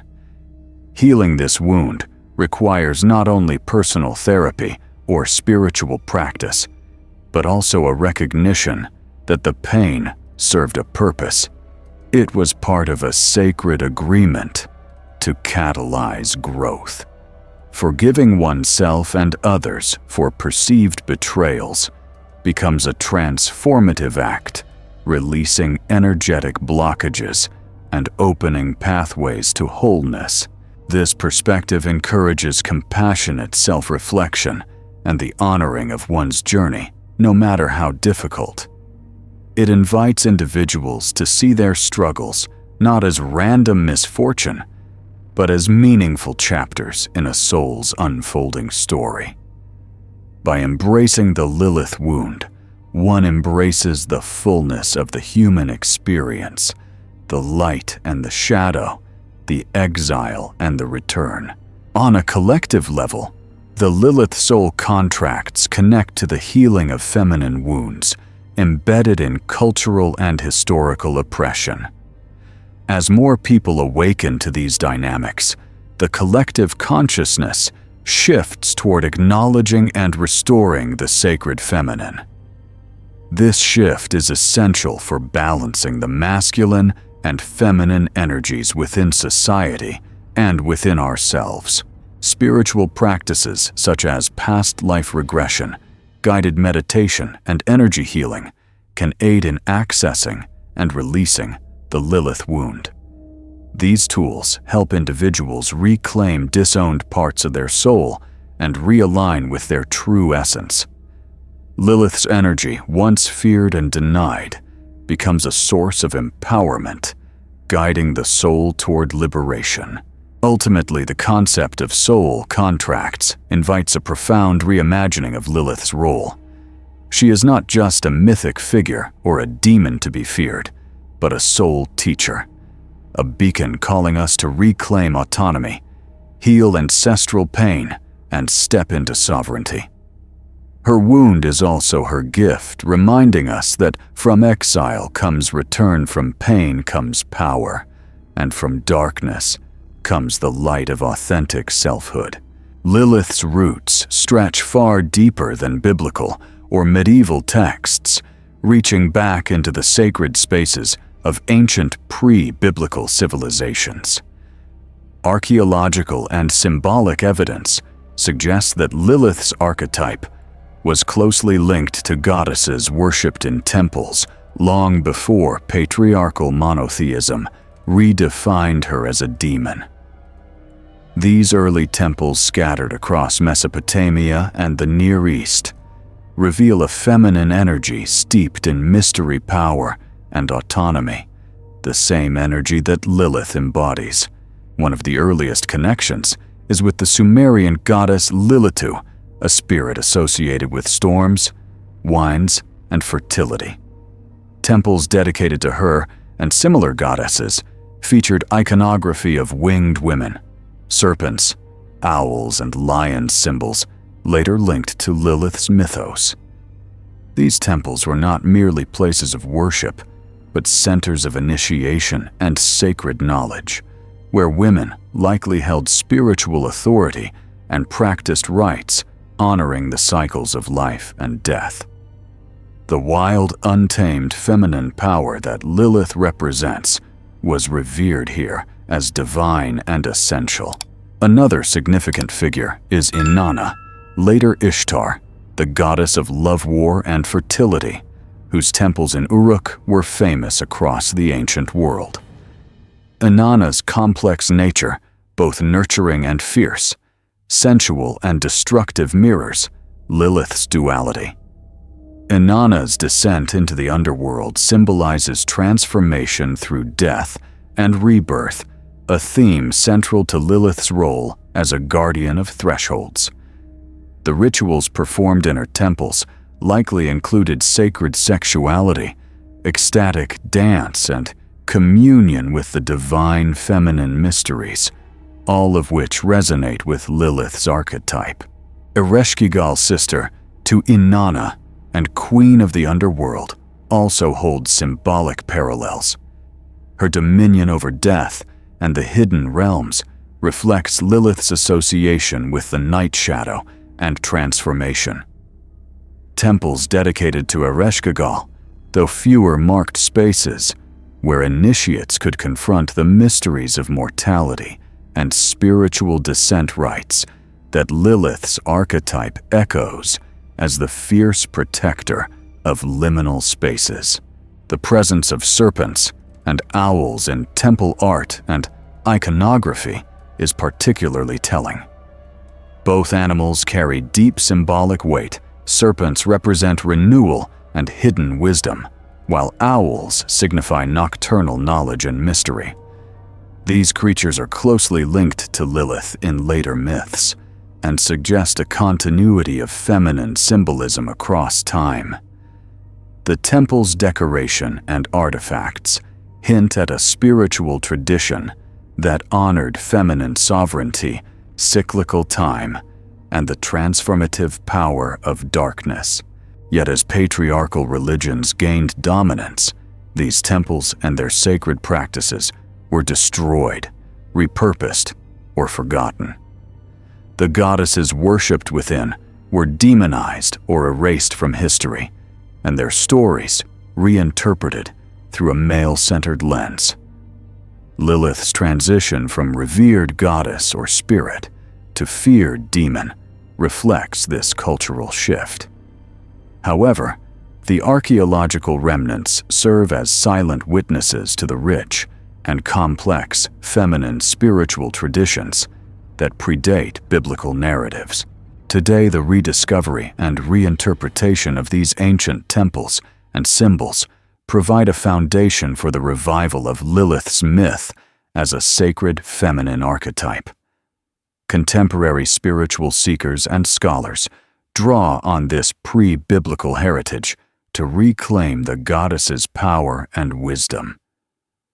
By connecting with the ancient lineage of feminine divinity preserved in these temples, we restore a lost chapter of human spirituality, a chapter where Lilith stands not as an outcast, but as a queen.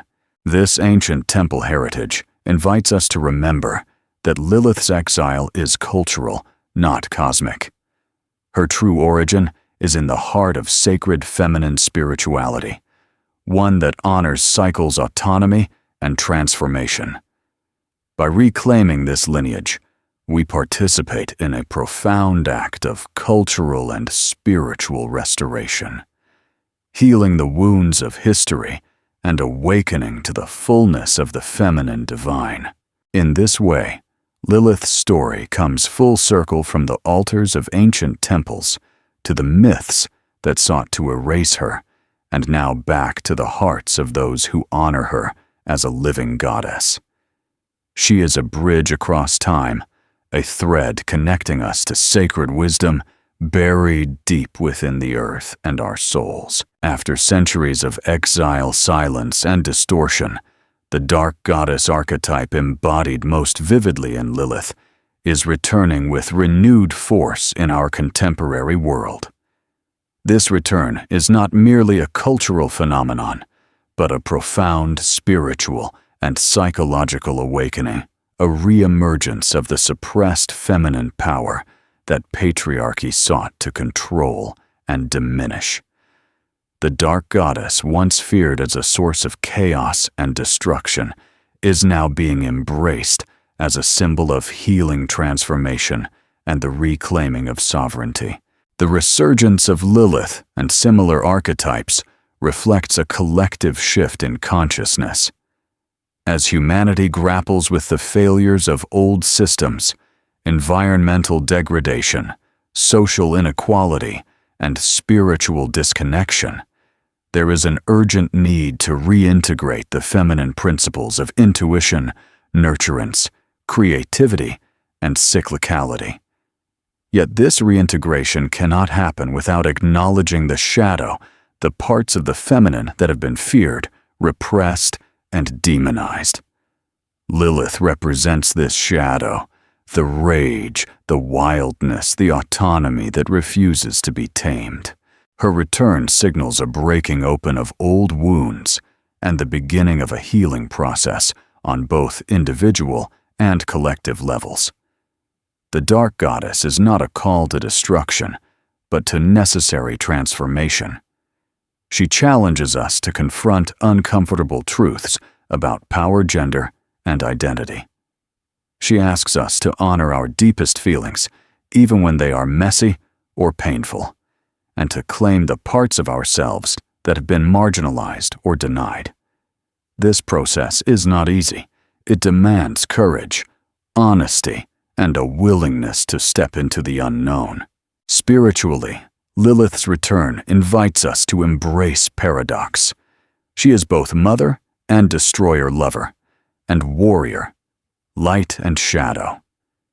This complexity reflects the true nature of the divine feminine, which cannot be reduced to simplistic categories. By welcoming the dark goddess, we reclaim the full spectrum of feminine energy, freeing ourselves from limiting beliefs that separate spirit from body, purity from sexuality, and order from chaos. In cultural expressions, this return is visible in art, literature, music, and activism. Women and men alike are reclaiming symbols once associated with Lilith, the serpent, the owl, the dark moon, as emblems of power and transformation. Festivals, rituals, and communities dedicated to the dark goddess are flourishing, creating spaces where people can explore their shadows, heal trauma, and celebrate autonomy. This revival also connects deeply with feminist and queer movements that challenge traditional gender roles and advocate for intersectional justice. Lilith's archetype empowers those who resist oppression in all its forms, whether based on gender, sexuality, race, or class. Her fierce independence becomes a rallying cry for freedom and authenticity in an increasingly complex world. Moreover, Lilith's return is tied to the healing of ancestral wounds. Many carry within them the pain of historical repression, the silencing of women, the destruction of feminine wisdom, and the cultural shame imposed on female sexuality and power. Engaging with Lilith's energy offers a pathway to release these inherited burdens and to awaken to a deeper sense of wholeness. For spiritual seekers, Lilith serves as a guide through the dark night of the soul. She stands at the threshold of transformation, demanding that one face inner shadows before stepping into new life. Her energy supports those willing to do the inner work necessary for genuine growth and liberation. In this role, she is both protector and provocateur. Ultimately, the return of the dark goddess is a call to awaken to the sacred feminine in all its dimensions. It is an invitation to reclaim power without fear, to embrace complexity without judgment, and to live with authenticity and courage. Lilith's rising teaches us that darkness is not the enemy, but the womb of new creation, a place where transformation begins and sovereignty is born. As the dark goddess returns, she carries the promise of balance, healing, and renewal. Her voice, once silenced, now speaks loudly, reminding us that to reclaim the feminine is to reclaim ourselves and the world we share. Embodying Lilith in today's world means stepping into the fullness of the wild, sovereign feminine energy that has long been buried beneath layers of repression and distortion. It is not about idolizing a myth, but living the principles she represents in daily life: autonomy, boundary setting, unapologetic self-expression, and the courage to face one's shadows. To embody Lilith is to reclaim one's power, not through domination over others, but through a deep, grounded connection to one's authentic self. This embodiment begins with honoring the body as sacred. Lilith's energy invites a radical acceptance of the physical self, including sexuality, emotions, and instincts. In a culture that often separates spirit from body, Lilith reminds us that true spirituality embraces the flesh, the cycles, and the desires as gateways to deeper wisdom. Practices such as breathwork, ecstatic dance, tantra, and ritual can help awaken this embodied power, reconnecting us to ancient feminine mysteries and restoring balance within. Setting clear boundaries is another essential aspect of embodying Lilith. Her story teaches the importance of saying no to control, manipulation, and disrespect. This requires courage, especially in environments where speaking up may provoke resistance. But Lilith's example shows that sovereignty is maintained through firm, compassionate boundaries that honor one's truth and protect one's energy. In relationships, this manifests as mutual respect, honesty, and equality. Embodying Lilith also involves embracing emotional authenticity, including anger and rage, often dismissed as unfeminine. Rather than suppressing these feelings, Lilith encourages us to listen to their messages, signals that boundaries have been crossed or injustice has occurred. Transforming anger into constructive action or healing is a powerful expression of Lilith's fierce love. It moves beyond reaction to conscious empowerment. Spiritual seekers working with Lilith often engage in shadow work, exploring the hidden parts of themselves that carry shame, fear, or denial. This journey into the unconscious is challenging, but necessary for integration. Lilith acts as a guide and protector in this process, urging the seeker to face what has been hidden without judgment, and to reclaim the disowned aspects as sources of strength and creativity. In community, embodying Lilith means creating and participating in spaces where feminine sovereignty is celebrated and nurtured. This can be found in women's circles, spiritual retreats, artistic collaborations, and activism. Such communities honor diversity, encourage healing, and support one another in living authentically. Lilith's spirit thrives in these gatherings, where voices once silenced find expression, and where empowerment is shared.